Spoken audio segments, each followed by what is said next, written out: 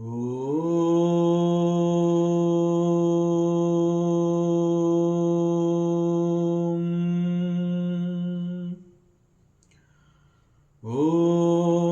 ಸಹನಾವವತು ಸಹನೌ ಭುನಕ್ತು ಸಹ ವೀರ್ಯಂ ಕರವಾವಹೈ ತೇಜಸ್ವಿನಾವಧೀತಮಸ್ತು ಮಾ ವಿದ್ವಿಷಾವಹೈ. ಓಂ ಶಾಂತಿ ಶಾಂತಿ ಶಾಂತಿ. ಶ್ರೀಕೃಷ್ಣ ಸರ್ವೂ ನಿನ್ನ ಸೇವೆಯಾಗಲಿ ಸ್ವಾಮಿ. ಎಲ್ಲ ಆಧ್ಯಾತ್ಮ ಬಂಧುಗಳಿಗೂ ನಮಸ್ಕಾರ ಮತ್ತು ಜ್ಞಾನದರ್ಶನಂ ವೇದಿಕೆಗೆ ಸ್ವಾಗತ.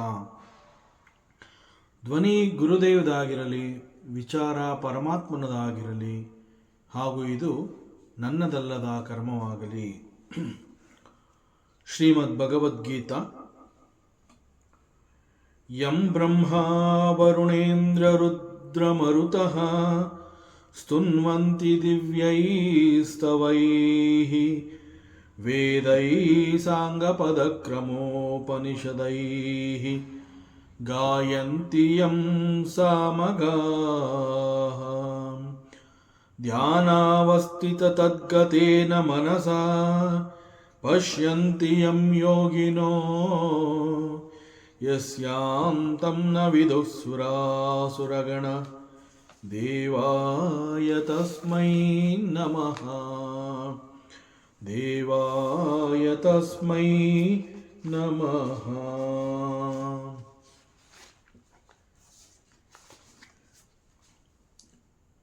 ಅರ್ಜುನನ ಅಪೇಕ್ಷೆಯ ಮೇರೆಗೆ ಪರಮಾತ್ಮ ಶ್ರೀಕೃಷ್ಣ ರಥವನ್ನು ಕುರುಕ್ಷೇತ್ರದಲ್ಲಿ ಎರಡೂ ಸೇನೆಗಳ ಮಧ್ಯದಲ್ಲಿ ತಂದು ನಿಲ್ಲಿಸ್ತಾನೆ. ನಿಲ್ಲಿಸಿ ಅರ್ಜುನನಿಗೆ ಹೇಳ್ತಾನೆ, ಹೇ ಪಾರ್ಥ, ನೋಡಬೇಕು ಅಂತ ಹೇಳಿ ಆಸೆ ಪಡ್ತಾ ಇದೆಯಲ್ಲಪ್ಪ, ಸರಿಯಾಗಿ ನೋಡು, ಪಶ್ಯ. ಇಲ್ಲಿ ಪರಮಾತ್ಮ ಉಪಯೋಗಿಸಿರುವಂತಹ ಪದ ಪಶ್ಯ ಅಂತ ಹೇಳ್ತಾ ಇರುವಂತಹದ್ದು ಬಹಳ ಆಳವಾದ ಅರ್ಥ. ಅಂತಂದರೆ ಸುಮ್ಮನೆ ನೋಡಿದ್ರೆ ನಿನಗೆ ಅಲ್ಲಿ ಎರಡೂ ಸೇನೆಗಳು ಕಾಣುತ್ತೆ, ಆದರೆ ನೀನು ಆ್ಯಕ್ಚುಲಾಗಿ ಏನು ನೋಡಬೇಕು ಆ ರೀತಿಯಲ್ಲಿ ನೀನು ನೋಡು. ಆದರೆ ಅರ್ಜುನ ನೋಡಿದಾಗ ಅವನಲ್ಲಿ ಒಂದು ರೀತಿಯ ಮೋಹ ಉಂಟಾಗತ್ತೆ. ಆ ಮೋಹ ಉಂಟಾದ ಕಾರಣದಿಂದ ಮನಸ್ಸಿನಲ್ಲಿ ಅನೇಕ ಗೊಂದಲಗಳು, ಅಂತಂದರೆ it is called confusions. There was confusion in his mind. Confusion, it is not because his eyes were defective. ಅಲ್ಲಿ his wisdom was defective. ಅದಕ್ಕೆ ಅವನು ನೋಡೋದಕ್ಕೆ ಮುಂಚೆ ಪರಮಾತ್ಮ ಹೇಳ್ತಾನೆ, ನೋಡಬೇಕು ಅಂತ ಆಸೆ ಪಟ್ಟಿದೆಯಲ್ಲಪ್ಪ, ಕರ್ಕೊಂಬಂದಿದ್ದೀನಿ, ಪಶ್ಯ, ಸರಿಯಾಗಿ ನೋಡು. ಸೊ ಇಲ್ಲಿ ಪರಮಾತ್ಮ ಶ್ರೀಕೃಷ್ಣ ಹೀಗೆ ಸೇನೆಯ ಮಧ್ಯದಲ್ಲಿ ತಂದು ರಥವನ್ನು ನಿಲ್ಲಿಸಿರುವಂತಹದ್ದನ್ನು, ಹಾಗೂ ಅರ್ಜುನ ಅದನ್ನು ನೋಡಿ ಮನಸ್ಸಿನಲ್ಲಿ ಅನೇಕ ರೀತಿಯ ಗೊಂದಲಗಳು ಉಂಟಾದಾಗ ಆ ಸಂದರ್ಭವನ್ನು ಸಂಜಯ ನೋಡಿದನೆ. ಅದನ್ನು ಈಗ ಧೃತರಾಷ್ಟ್ರನಿಗೆ ಅವನು ವರದಿ ಮಾಡ್ತಾ ಇದ್ದಾನೆ. ಸೊ ಸಂಜಯ ಉವಾಚ, ಸಂಜಯ ಹಿ ಕಂಟಿನ್ಯೂಸ್. ತತ್ರ ಪಶ್ಯತ್ ಸ್ಥಿತಾನ್ ಪಾರ್ಥಃ ಪಿತॄನತ ಪಿತಾಮಹಾನ್ ಆಚಾರ್ಯಾನ್ ಮಾತುಲಾನ್ ಭ್ರಾತ್ರಾನ್ ಪುತ್ರಾನ್ ಪೌತ್ರಾನ್ ಸಖೀನ್ಸ್ತತಾ ಶ್ವಶುರಾನ್ ಸುಹೃದಶ್ಚೈವ ಸೇನೆಯೋರುಭಯೋರಪಿ ತಾನ್ ಸಮೀಕ್ಷ್ಯ ಸ ಕೌಂತೆಯ ಸರ್ವಾನ್ ಬಂಧೂನ್ ಅವಸ್ಥಿತಾನ್ ಕೃಪಯಾ ಪರಯಾವಿಷ್ಟಃ ವಿಷೀದನ್ನಿದಮಬ್ರವೀತ್. ಭಗವಾನ್ ವೇದವ್ಯಾಸರಿಂದ ಸಂಜಯನಿಗೆ ದಿವ್ಯ ದೃಷ್ಟಿ ಸಿಕ್ಕಿದೆ. ದಿವ್ಯ ದೃಷ್ಟಿ ಅಂತ ಹೇಳಿರೋದ್ರಿಂದ ಕೇವಲ ಅವನು ಯುದ್ಧವನ್ನ ಮಾತ್ರ ನೋಡಬಹುದು ಅಂತ ಅಲ್ಲ. ಆ ದಿವ್ಯ ದೃಷ್ಟಿ ಅನ್ನುವಂತಹದ್ದು ಆ ಯುದ್ಧ ಕ್ಷೇತ್ರದಲ್ಲಿ ಏನು ನಡೀತಾ ಇದೆ ಅದನ್ನು ಕೂಡ ಇವನು ಅರ್ಥ ಮಾಡಿಕೊಳ್ಳುವಂತಹ ಶಕ್ತಿ ಆ ಒಂದು ದಿವ್ಯ ದೃಷ್ಟಿಯಲ್ಲಿದೆ. ಮತ್ತು ಆ ಯುದ್ಧ ಕ್ಷೇತ್ರದಲ್ಲಿ ಭಾಗಿಯಾಗಿರುವಂತಹವರ ಮನಸ್ಸಿನಲ್ಲಿ ಏನು ನಡೀತಾ ಇದೆ ಅದು ಕೂಡ ಸಂಜಯನಿಗೆ ಗೊತ್ತಾಗುತ್ತೆ. ಸೊ ಇಂತಹ ಒಂದು ದಿವ್ಯ ದೃಷ್ಟಿಯನ್ನ ವೇದವ್ಯಾಸ ಭಗವಾನರು ಸಂಜಯನಿಗೆ ಕೊಟ್ಟಿರ್ತಾನೆ. ಸೊ ಅರ್ಜುನ ಇಲ್ಲಿ ಯುದ್ಧ ಕ್ಷೇತ್ರಕ್ಕೆ ಎರಡೂ ಸೇನೆಗಳ ಮಧ್ಯದಲ್ಲಿ ರಥವನ್ನು ತಗೊಂಬ ಅಂತ ಹೇಳಿ ಕೃಷ್ಣನಿಗೆ ಆದೇಶಿಸಿದ ನಂತರದಲ್ಲಿ ಈಗ ರಥ ಬಂದು ನಿಂತಿದೆ. ಮಧ್ಯದಲ್ಲಿ ನಿಂತು ಎರಡೂ ಸೈನ್ಯಗಳನ್ನು ಅರ್ಜುನ ನೋಡಿದಾನೆ. ಅವನು ಏನು ನೋಡಿದಾನೆ, ಅದನ್ನು ಹೇಗೆ ಅರ್ಥ ಮಾಡಿಕೊಂಡಿದ್ದಾನೆ ಎನ್ನುವಂತಹದ್ದನ್ನ ಸಂಜಯ ಧೃತರಾಷ್ಟ್ರನಿಗೆ ವಿವರಿಸುವ ಪ್ರಯತ್ನವನ್ನು ಮಾಡ್ತಾನೆ. ಇಲ್ಲಿ ಸಂಜಯ ಅರ್ಜುನನ ಮನಸ್ಸಿನ ಒಳಗೆ ನಡೀತಾ ಇರುವಂತಹ ಗೊಂದಲಗಳು ಏನಿರಬಹುದು ಅನ್ನುವಂತಹದ್ದನ್ನ ತನ್ನ ಕಲ್ಪನೆಗೆ ತಗೊಂಡು ಅಲ್ಲಿ ಇರುವಂತಹ ಯಥಾಸ್ಥಿತಿಯಿಂದ ಧೃತರಾಷ್ಟ್ರನಿಗೆ ವರದಿ ಮಾಡ್ತಾ ಇದ್ದಾನೆ. ಪರಮಾತ್ಮ ಶ್ರೀಕೃಷ್ಣ ರಥವನ್ನು ತಂದು ಅಲ್ಲಿ ನಿಲ್ಲಿಸಿ, ಹೇ ಪಾರ್ಥ ಪಶ್ಯ, ನೀನು ನೋಡಲ್ಲಿ ಹೀಗೆ ಹೇಳಿದಾಗ ಅರ್ಜುನ ಶತ್ರುವಿನ ಸೈನ್ಯವನ್ನ ನೋಡ್ತಾ ಇದ್ದಾನೆ. ನೋಡಿದ ನಂತರದಲ್ಲಿ ಅವನಿಗೆ ಗೊತ್ತಾಗ್ತಾ ಇದೆ, ಪಿತೃನತ ಪಿತಾಮಹಾನ್ ಸ್ಥಿತಾನ್, ಅಲ್ಲಿ ಬಂದು ಸೇರಿರುವಂತಹ ಸೈನಿಕರ ಗುಂಪಿನಲ್ಲಿ ತನ್ನ ತಂದೆಯವರಷ್ಟೇ ವಯಸ್ಸಾದಂತಹ ಅನೇಕ ಹಿರಿಯರನ್ನ ಅಲ್ಲಿ ನೋಡ್ತಾ ಇದ್ದಾನೆ. ಅಂತಹವರನ್ನ ಅವನು ಇಲ್ಲಿ ಪಿತೃನ್ ಅಂತ ಕರೆದಿದ್ದಾನೆ. ಆ ನಂತರದಲ್ಲಿ ಪಿತಾಮಹಾನ್, ಅಲ್ಲಿ ತಾತಂದಿರನ್ನ ಹಾಗೂ ತಾತಂದಿರಷ್ಟೇ ವಯಸ್ಸಾದಂತಹ ಅನೇಕ ಹಿರಿಯರನ್ನ ಕೂಡ ಅಲ್ಲಿ ನೋಡ್ತಾ ಇದ್ದಾನೆ. ಆಚಾರ್ಯಾನ್, ಅನೇಕ ಆಚಾರ್ಯರುಗಳು ಬಂದು ಅಲ್ಲಿ ಯುದ್ಧ ಮಾಡಬೇಕು ಅಂತ ಹೇಳಿ ಬಂದು ಸೇರಿದ್ದಾರೆ.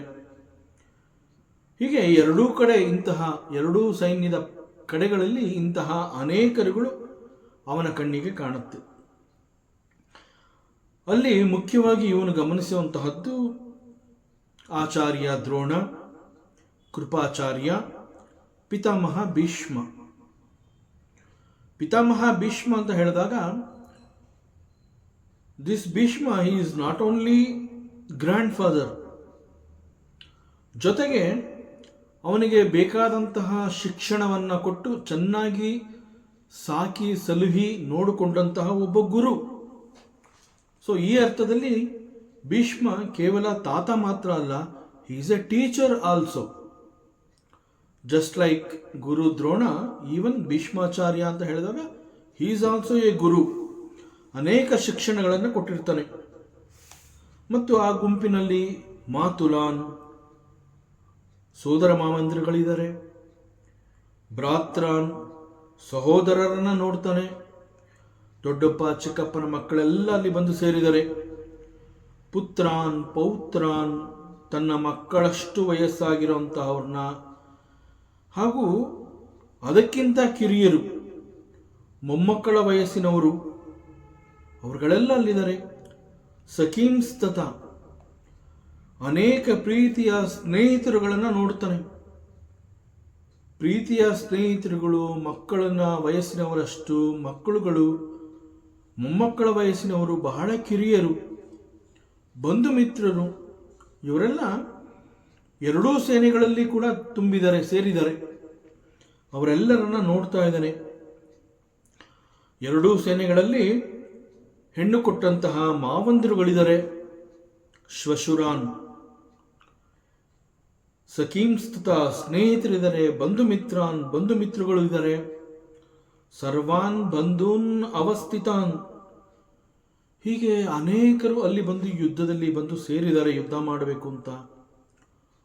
ಅವರೆಲ್ಲರನ್ನ ಅರ್ಜುನ ಇಲ್ಲಿ ನೋಡ್ತಾ ಇದ್ದಾನೆ. ಮತ್ತು ಈ ಮಹಾಭಾರತದ ಯುದ್ಧದಲ್ಲಿ ಆಲ್ಮೋಸ್ಟ್ ಅಲ್ಲಿ ಯುದ್ಧದಲ್ಲಿ ಭಾಗಿಯಾಗಿರೋರು ಯಾರು ಅಂತಂದ್ರೆ 7 ತಲೆಮಾರಿನವರು, ಅಂತಂದ್ರೆ ಸುಮಾರು 7 ಜನರೇಷನ್ಸ್ನ ವ್ಯಕ್ತಿಗಳು ಆ ಯುದ್ಧದಲ್ಲಿ ಭಾಗಿಯಾಗಿರ್ತಾರೆ. ಅವರಲ್ಲಿ ಭೀಷ್ಮ ಪಿತಾಮಹ, he is the great grand father. ಆದರೆ ಭೀಷ್ಮನಿಗಿಂತ ಕೂಡ ಹಿರಿಯರು ಅಲ್ಲಿದ್ದಾರೆ. ಭೀಷ್ಮನಿಗಿಂತ ಹಿರಿಯರು ಅಂತಂದ್ರೆ ಅಲ್ಲಿ ಭೀಷ್ಮನ ಚಿಕ್ಕಪ್ಪ ಅಂತಂದ್ರೆ ಶಂತನುವಿನ ಸಹೋದರ, ಅವನು ಕೂಡ ಅಲ್ಲಿ ಯುದ್ಧದಲ್ಲಿ ಭಾಗಿಯಾಗಿದ್ದಾನೆ. ಸೊ ಶಂತನುವಿನ ಸಹೋದರನಿಂದ ಪ್ರಾರಂಭ ಆದರೆ ಆ 7 ಜನರೇಷನ್ಸ್,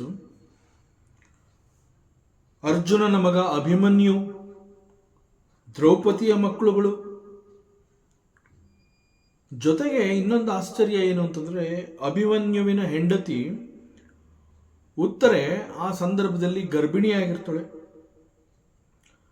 ಅವಳ ಗರ್ಭದಲ್ಲಿ ಪರೀಕ್ಷಿತನಿರ್ತಾನೆ. ಸೊ ಗರ್ಭದಲ್ಲಿರುವಂತಹ ಈ ಪರೀಕ್ಷಿತ ನೇರವಾಗಿ ಆ ಯುದ್ಧದಲ್ಲಿ ಭಾಗಿಯಾಗಿಲ್ಲ. ಬಟ್ ಯುದ್ಧದ ನಂತರದಲ್ಲಿ ಕೊನೆಯ ಹಂತದಲ್ಲಿ ಯುದ್ಧ ಆಲ್ಮೋಸ್ಟ್ ಮುಗಿದೋಗಿದೆ, ಯುದ್ಧ ಮಾಡೋದಕ್ಕೆಲ್ಲ ಸೈನಿಕರಿಲ್ಲ, ಆದರೂ ಕೂಡ ಒಂದು ಪಾಪಕೃತ್ಯ ಅಲ್ಲಿ ನಡೆಯುತ್ತೆ. ಯುದ್ಧದ ನಂತರದಲ್ಲಿ ಅಶ್ವತ್ಥಾಮ ದುರ್ಯೋಧನನ ತೃಪ್ತಿಗಾಗಿ ಬ್ರಹ್ಮಾಸ್ತ್ರವನ್ನ ಆ ಮಗುವಿನ ಮೇಲೆ ಪ್ರಯೋಗ ಮಾಡ್ತಾನೆ. ಪರೀಕ್ಷಿತ ಆಗ ಉತ್ತರೆಯ ಗರ್ಭದಲ್ಲಿರ್ತಾನೆ. ಪಾಂಡವರ ವಂಶವನ್ನ ಸಂಪೂರ್ಣವಾಗಿ ನಾನು ನಾಶ ಮಾಡ್ತೀನಿ ಅನ್ನುವಂತಹ ಒಂದು ಮಾತುಗಳನ್ನ ದುರ್ಯೋಧನನಿಗೆ ಕೊಟ್ಟು, ಮುಂದೆ ಇಲ್ಲಿ ಪಾಂಡವರ ವಂಶ ಇಲ್ಲಿ ಇರಲೇಬಾರದು, ಆ ರೀತಿ ಸಂಪೂರ್ಣವಾಗಿ ಆ ವಂಶವನ್ನು ನಾನು ನಿರ್ನಾಮ ಮಾಡ್ತೀನಿ ಅಂತ ಹೇಳಿ ಉತ್ತರೆಯ ಗರ್ಭದಲ್ಲಿ ಇರುವಂತಹ ಪರೀಕ್ಷಿತ, ಇನ್ನು ಭ್ರೂಣ, ಆ ಪರೀಕ್ಷಿತನ ಮೇಲೆ ಬ್ರಹ್ಮಾಸ್ತ್ರವನ್ನು ಪ್ರಯೋಗ ಮಾಡ್ತಾನೆ. ಹೀಗೆ ಪಿತಾಮಹ ಭೀಷ್ಮನ ಚಿಕ್ಕಪ್ಪ ಅಂತಂದ್ರೆ ಶಂತನುವಿನ ಸಹೋದರನಿಂದ ಪ್ರಾರಂಭವಾದರೆ ಅಭಿಮನ್ಯುವಿನ ಮಗ ಉತ್ತರೆಯ ಗರ್ಭದಲ್ಲಿದ್ದಂತಹ ಆ ಪರೀಕ್ಷಿತ, ಅವನವರೆಗೆ ಲೆಕ್ಕ ಹಾಕಿದ್ರೆ ಅಲ್ಲಿ 7 ತಲೆಮಾರಿನವರು ಆ ಯುದ್ಧದಲ್ಲಿ ಭಾಗಿಯಾಗಿರ್ತಾರೆ. ಹೀಗೆ ಅನೇಕ ಜನಗಳನ್ನ ಆ ಯುದ್ಧ ಭೂಮಿಯಲ್ಲಿ, ಯುದ್ಧ ಕ್ಷೇತ್ರದಲ್ಲಿ ಅರ್ಜುನ ನೋಡ್ತಾನೆ. ಎರಡೂ ಸೈನ್ಯದಲ್ಲಿ ಇಂತಹವರುಗಳು ಬಂದು ಸೇರಿದ್ದಾರೆ. ಕೃಪೆಯ ಪರೆಯಾವಿಷ್ಟ. ಆಗ ಈ ಕುಂತಿ ಪುತ್ರ ಅರ್ಜುನ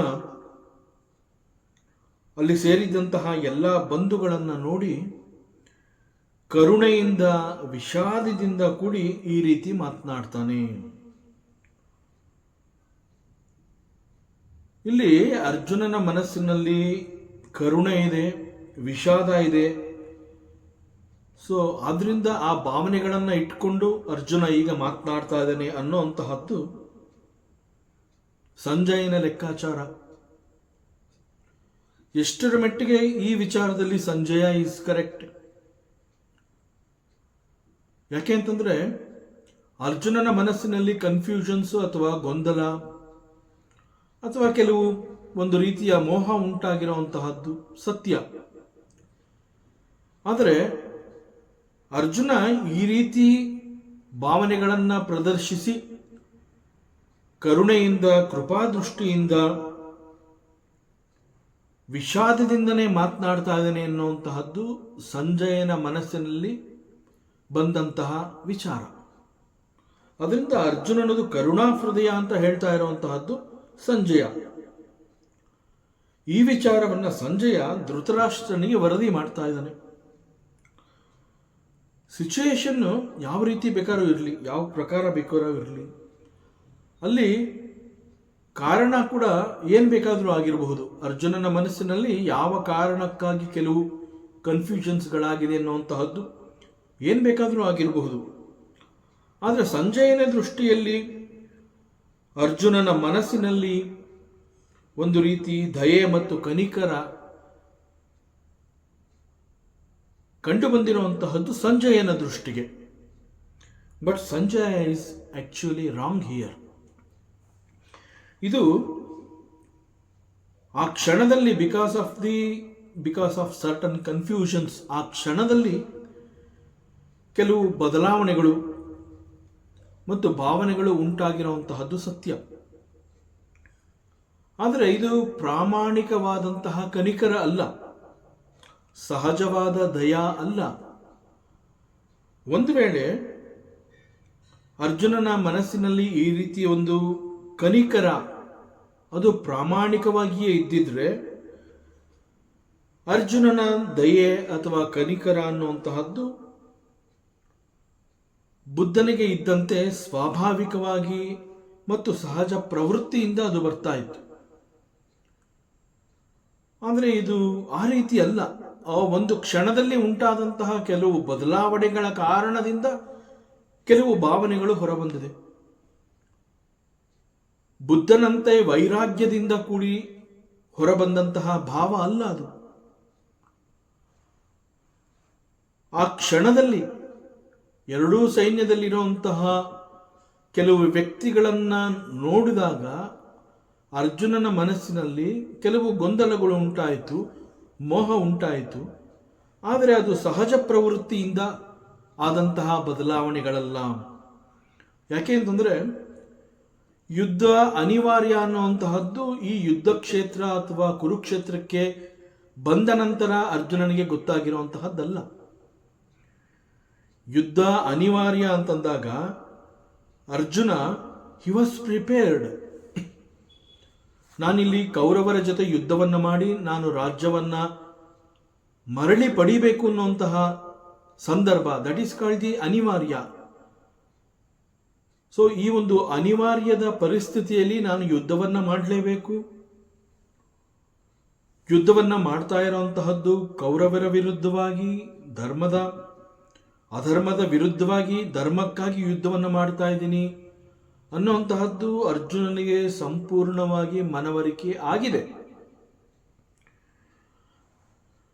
ಕೌರವರ ಪಕ್ಷದಲ್ಲಿ ಯಾರ್ಯಾರ ಜೊತೆಯಲ್ಲಿ ನಾನು ಯುದ್ಧ ಮಾಡಬೇಕು ಅನ್ನುವಂತಹ ಒಂದು ಚಿತ್ರಣ ಕೂಡ ಅರ್ಜುನನಿಗೆ ಗೊತ್ತಾಗಿದೆ. ಸೊ ಇವೆಲ್ಲ ಅರ್ಜುನನಿಗೆ ಬಹಳ ಹಿಂದೆನೇ ಗೊತ್ತಾಗಿದೆ. ಬಹಳ ಹಿಂದೆನೇ ಗೊತ್ತಾಗಿದೆ ಅಂತಂದಾಗ ಆ ಕ್ಷಣದಲ್ಲಿ, ಗೊತ್ತಾದ ಕ್ಷಣದಲ್ಲಿ ಅವನ ಮನಸ್ಸಿನಲ್ಲಿ ಯಾವ ಬದಲಾವಣೆಗಳು ಉಂಟಾಗಲಿಲ್ಲ. ಭೀಷ್ಮ, ದ್ರೋಣ, ಇನ್ನೂ ಅನೇಕ ಬಂಧು ಮಿತ್ರರು, ಹಿರಿಯರು, ತನ್ನ ಸಹೋದರರು ಎಲ್ಲರೂ ಕೌರವರ ಕಡೆ ಇರ್ತಾರೆ. ಅವರ ವಿರುದ್ಧವಾಗಿ ನಾನು ಯುದ್ಧವನ್ನ ಮಾಡಬೇಕಾದ್ರೆ ಅವರೆಲ್ಲರನ್ನ ನಾನು ಕೊಲ್ಲಬೇಕಾಗತ್ತೆ, ಸಾಯಿಸಬೇಕಾಗತ್ತೆ, ಯುದ್ಧವನ್ನ ನಾನು ಗೆಲ್ಲಬೇಕು. ಯುದ್ಧಕ್ಕೆ ಪ್ರಿಪೇರ್ ಆಗಿದ್ದಾನೆ. ಯುದ್ಧದಲ್ಲಿ ಯಾರ್ಯಾರು ಭಾಗಿಯಾಗಬಹುದು ಅನ್ನುವಂತಹ ಒಂದು ಕಲ್ಪನೆ ಅರ್ಜುನನಿಗೆ ಬಂದಿದೆ. ಅದು ಬಂದ ಕ್ಷಣದಲ್ಲಿ ಅವನಿಗೆ ಯಾವ ಒಂದು ಬದಲಾವಣೆಗಳು ಉಂಟಾಗಲಿಲ್ಲ. ಅವಾಗ ಅವನ ಮನಸ್ಸಿನಲ್ಲಿ ಗೊಂದಲ ಇರಲಿಲ್ಲ. He was well prepared for the war. ಆ ಸಂದರ್ಭದಲ್ಲಿ ಅವನ ಮನಸ್ಸಿನಲ್ಲಿ ಯಾವ ಗೊಂದಲಗಳು ಇಲ್ಲ. ಆದರೆ ಈಗ ಯುದ್ಧ ಭೂಮಿಯಲ್ಲಿ ಅವರೆಲ್ಲರನ್ನ ನೋಡಿದ ನಂತರದಲ್ಲಿ ಈ ಗೊಂದಲಗಳು ಅವನಿಗೆ ಉಂಟಾಗಿದೆ.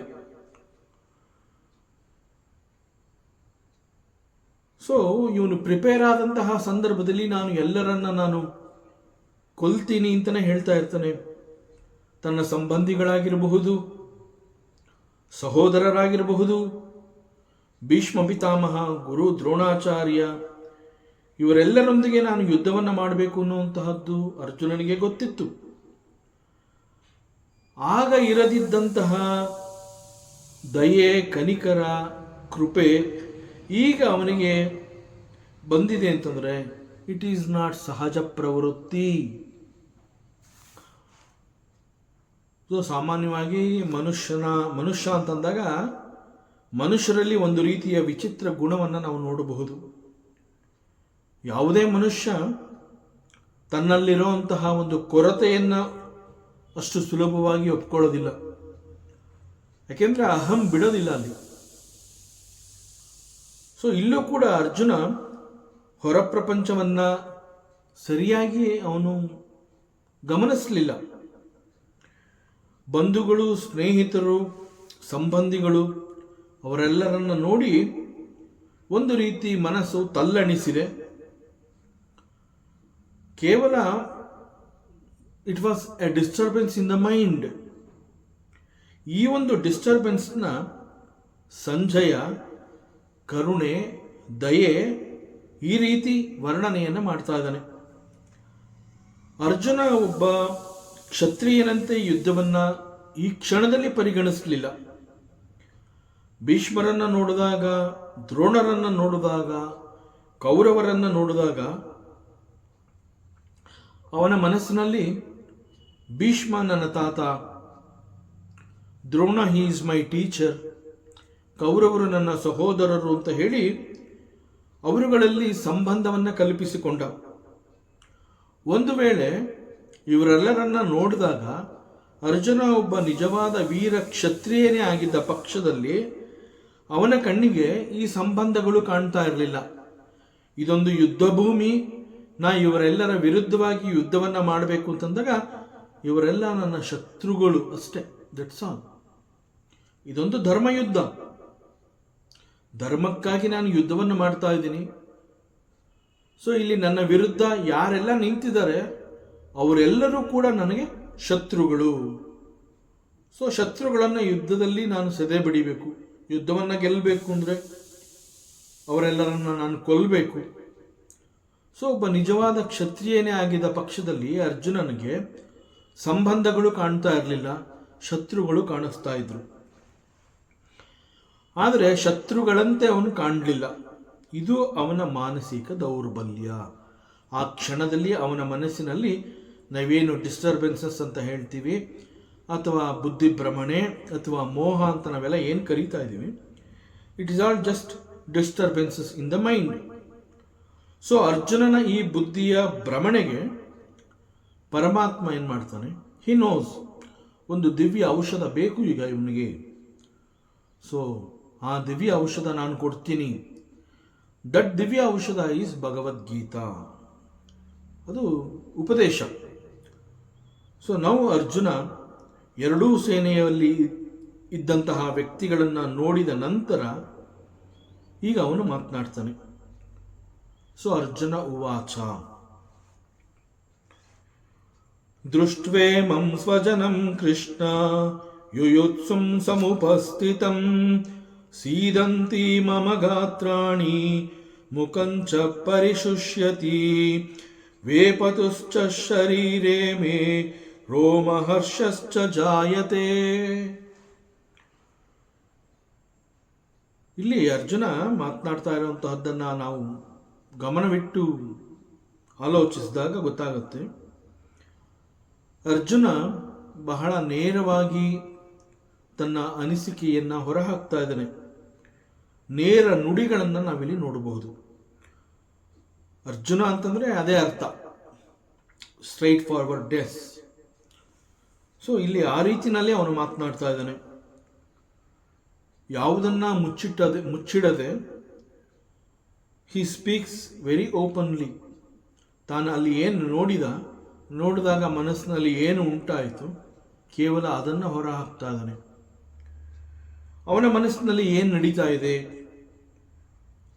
ಅನ್ನೋವಂತಹದ್ದನ್ನ ಮಾತುಗಳ ಮೂಲಕ ಹೊರಹಾಕ್ತಾ ಇದ್ದಾನೆ. ಪರಮಾತ್ಮ ಶ್ರೀಕೃಷ್ಣನೊಂದಿಗೆ ಬಹಳ ಬಿಚ್ಚು ಮನಸ್ಸಿನಿಂದ, ಯಾವ ರೀತಿಯ ಸಂಕೋಚವೂ ಇಲ್ಲ. ಯಾಕೆ ಕೃಷ್ಣನ ಕಂಡ್ರೆ ಅವನಿಗೆ ಸಂಕೋಚ ಇಲ್ಲ ಅಂತಂದರೆ, he knows the lord Bhagwan Shri Krishna is very close to me, he is my ಸಖ. ಸೊ ನನ್ನ ಸ್ನೇಹಿತನೇ ಆಗಿರೋದ್ರಿಂದ ನನ್ನ ಹಿತವನ್ನು ಬಯಸುವಂತಹ ಸ್ನೇಹಿತ ಅವನು. ಅದರಿಂದ ಅವನ ಜೊತೆ ಈಗ ಯಾವ ಆತಂಕವೂ ಇಲ್ಲದೆ ನೇರವಾಗಿ ತನ್ನ ಅನಿಸಿಕೆಗಳನ್ನು ಹಂಚ್ಕೋತಾ ಇದ್ದಾನೆ. ಅವನು ಹೇಳ್ತಾನೆ, ದೃಷ್ಟ್ವೇ ಮಂ ಸ್ವಜನಂ ಕೃಷ್ಣ. ಹೇ ಪರಮಾತ್ಮ ಕೃಷ್ಣ, ಇಲ್ಲಿ ಈ ಯುದ್ಧ ಭೂಮಿನಲ್ಲಿ ಯುದ್ಧ ಮಾಡಬೇಕು ಅಂತ ಹೇಳಿ ಆಸಕ್ತರಾಗಿ ಬಂದು ನಿಂತಿರುವವರೆಲ್ಲರನ್ನ ನೋಡಿದ ನಂತರ ನನಗೆ ಈ ರೀತಿಯ ಅರ್ಥ ಆಗಿದೆ ಕೃಷ್ಣ. ಇಲ್ಲಿ ಬಂದು ನಿಂತ ಮೇಲೆ ಇದೆಲ್ಲ ನನ್ನ ಗಮನಕ್ಕೆ ಬಂದಿದೆ. ನಾನು ಇಲ್ಲಿ ನೋಡಿದಾಗ ಆ ನೋಡಿದ ಎಲ್ಲರೂ ಕೂಡ ಸ್ವಜನಂ, ಅವರೆಲ್ಲ ನನ್ನವರೇ. ಒಂದು ಪಕ್ಷ ನನ್ನ ಎದುರಾಳಿಗಳು ನನ್ನವರಾಗಿಲ್ಲದೆ ಹೋಗಿದ್ದಿದ್ರೆ ನಾನು ಈ ಯುದ್ಧದಲ್ಲಿ ಬಹಳ ಧೈರ್ಯವಾಗಿ ಕಾದಾಡಿ ಅವರೆಲ್ಲರನ್ನ ನಾನು ಕೊಲ್ತಾ ಇದ್ದೆ. ಆದರೆ ಈಗ ಪರಿಸ್ಥಿತಿ ಬೇರೆ ಕೃಷ್ಣ. ಇಲ್ಲಿ ಯುದ್ಧ ಭೂಮಿನಲ್ಲಿ ನನ್ನ ಎದುರಾಳಿಗಳು ಅಂತ ಹೇಳಿ ಕಾಣಿಸ್ತಾ ಇರೋರೆಲ್ಲರೂ ಕೂಡ ಸ್ವಜನಂ, ಅವರೆಲ್ಲ ನನ್ನ ಬಂಧು ಮಿತ್ರರು. ಸೊ ಇಲ್ಲಿ ಯುದ್ಧ ಭೂಮಿಯ ಈ ಒಂದು ಸಿಚುಯೇಷನ್ ಅನ್ನ ಅರ್ಜುನ ಒಂದು ರೀತಿಯಲ್ಲಿ ಬಹಳ ಪರ್ಸನಲ್ ಆಗಿ ಅಕ್ಸೆಪ್ಟ್ ಮಾಡ್ಕೊಂಡ. ಅವನು ಯುದ್ಧ ಮಾಡ್ತಾ ಇರುವಂತಹದ್ದು ಧರ್ಮಕ್ಕಾಗಿ. ದಿಸ್ ಯುದ್ಧ ಈಸ್ ಮೈ ಧರ್ಮ, ಇದೊಂದು ಕ್ಷಾತ್ರ ಧರ್ಮ, ನಾನೊಬ್ಬ ಕ್ಷತ್ರಿಯ ಅನ್ನುವಂತಹದ್ದನ್ನು ಮರೆತುಬಿಟ್ಟ. ಅದನ್ನು ಮರೆತು ಯುದ್ಧ ನನಗಾಗಿ ನಾನು ಮಾಡ್ತಾ ಇದ್ದೀನಿ. ಇಲ್ಲಿ ನನಗಾಗಿ ಅಂತಂದ್ರೆ ಏನೋ ಒಂದು ಸ್ವಾರ್ಥದ ಬಯಕೆ ನನ್ನಲ್ಲಿದೆ. ಸೊ ನನಗೋಸ್ಕರ ಜಯ ನನಗೆ ಸಿಗಬೇಕು, ಅಧಿಕಾರ ನನ್ನದಾಗಬೇಕು, ರಾಜ್ಯ ನನಗೆ ಬೇಕು ಅಂತ ಹೇಳಿ ಸ್ವಾರ್ಥದಿಂದ ನಾನು ಯುದ್ಧ ಮಾಡಿದ್ರೆ, ಈ ಯುದ್ಧದಲ್ಲಿ ಬಂದು ನಿಂತು ನನ್ನ ಎದುರಾಗಿ ಹೋರಾಡುವಂತಹವರೆಲ್ಲರೂ ಕೂಡ ಸ್ವಜನಂ, ಅವರೆಲ್ಲ ನನ್ನವರು. ಸೊ ಇಲ್ಲಿ ಹೇಗೆ ನಾನು ಅವರೊಂದಿಗೆ ಯುದ್ಧ ಮಾಡಲಿ?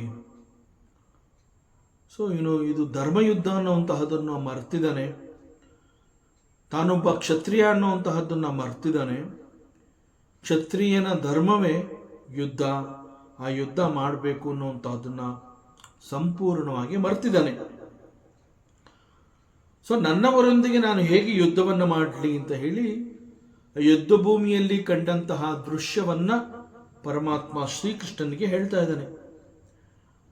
ಆದರೆ the real fact, this particular Mahabharata ಯುದ್ಧ is not at all personal. ಇದೊಂದು ಧರ್ಮಯುದ್ಧ. ಇಲ್ಲಿ ರಾಜನೀತಿ, ಕ್ಷಾತ್ರ ಧರ್ಮ ಇವೆಲ್ಲ ಎದ್ದು ಕಾಣ್ತಾ ಇದೆ. ಯುದ್ಧ ಭೂಮಿಯಲ್ಲಿರುವಂತಹವ್ರನ್ನ ಶತ್ರುಗಳು ಅನ್ನುವಂತೆ ಅರ್ಜುನ ಪರಿಗಣಿಸಬೇಕಾಗಿತ್ತು. ಆದರೆ ಈ ವಿಚಾರದಲ್ಲಿ ಅವನು ಅಸಮರ್ಥನಾಗಿ ಹೋದ. ಶತ್ರುಗಳನ್ನ ನನ್ನವರು ಅಂತ ಹೇಳಿ ಯೋಚನೆ ಮಾಡ್ತಾ ಇದ್ದಾನೆ. ನನ್ನವರೇ ನನ್ನ ಜೊತೆ ಯುದ್ಧ ಮಾಡಲು ಬಂದಿದ್ದಾರೆ, ಅಂತಹವ್ರನ್ನ ನಾನು ಹೇಗೆ ಕೊಲ್ಲೋದು? ಅವರೆಲ್ಲ ನನ್ನವರೇ, ನನ್ನ ತಾತ, ನನ್ನ ಗುರು, ನನ್ನ ಸಹೋದರರು. ಇಂತಹವ್ರ ಜೊತೆ ಯುದ್ಧ ಮಾಡಲ? ಬಂಧು ಮಿತ್ರರಿದ್ದಾರೆ, ಸ್ನೇಹಿತರಿದ್ದಾರೆ, ಇವರೆಲ್ಲರನ್ನ ನಾನು ಹೇಗೆ ಯುದ್ಧದಲ್ಲಿ ಕೊಲ್ಲಲಿ? ಯುಯುತ್ಸುಂ, ನನ್ನ ಜನಗಳೇ, ನನ್ನವರೇ ಈ ಯುದ್ಧದಲ್ಲಿ ಆಸಕ್ತರಾಗಿ ನನ್ನ ವಿರುದ್ಧ ಯುದ್ಧ ಮಾಡೋದಕ್ಕೆ ಸಮುಪಸ್ಥಿತಂ, ಅವರೆಲ್ಲ ಇಲ್ಲಿ ಬಂದು ಸೇರಿದ್ದಾರೆ. ಅವರೆಲ್ಲರನ್ನ ನಾನು ನೋಡಿದೆ ಕೃಷ್ಣ, ಅದನ್ನೇ ಇಲ್ಲಿ ಹೇಳ್ತಾ ಇದ್ದೀನಿ. ಈ ಯುದ್ಧ ಭೂಮಿನಲ್ಲಿ ನನ್ನ ಕಣ್ಣಿಗೆ ಕಂಡವರೆಲ್ಲರೂ ಸ್ವಜನಂ. ಸೊ ಈ ಸಂದರ್ಭದಲ್ಲಿ Arjuna is not appearing as a veera kshatriya, very ordinary, ಸಾಮಾನ್ಯ ಮನುಷ್ಯನಂತೆ ಕಂಡು ಬಂದಿದ್ದಾನೆ.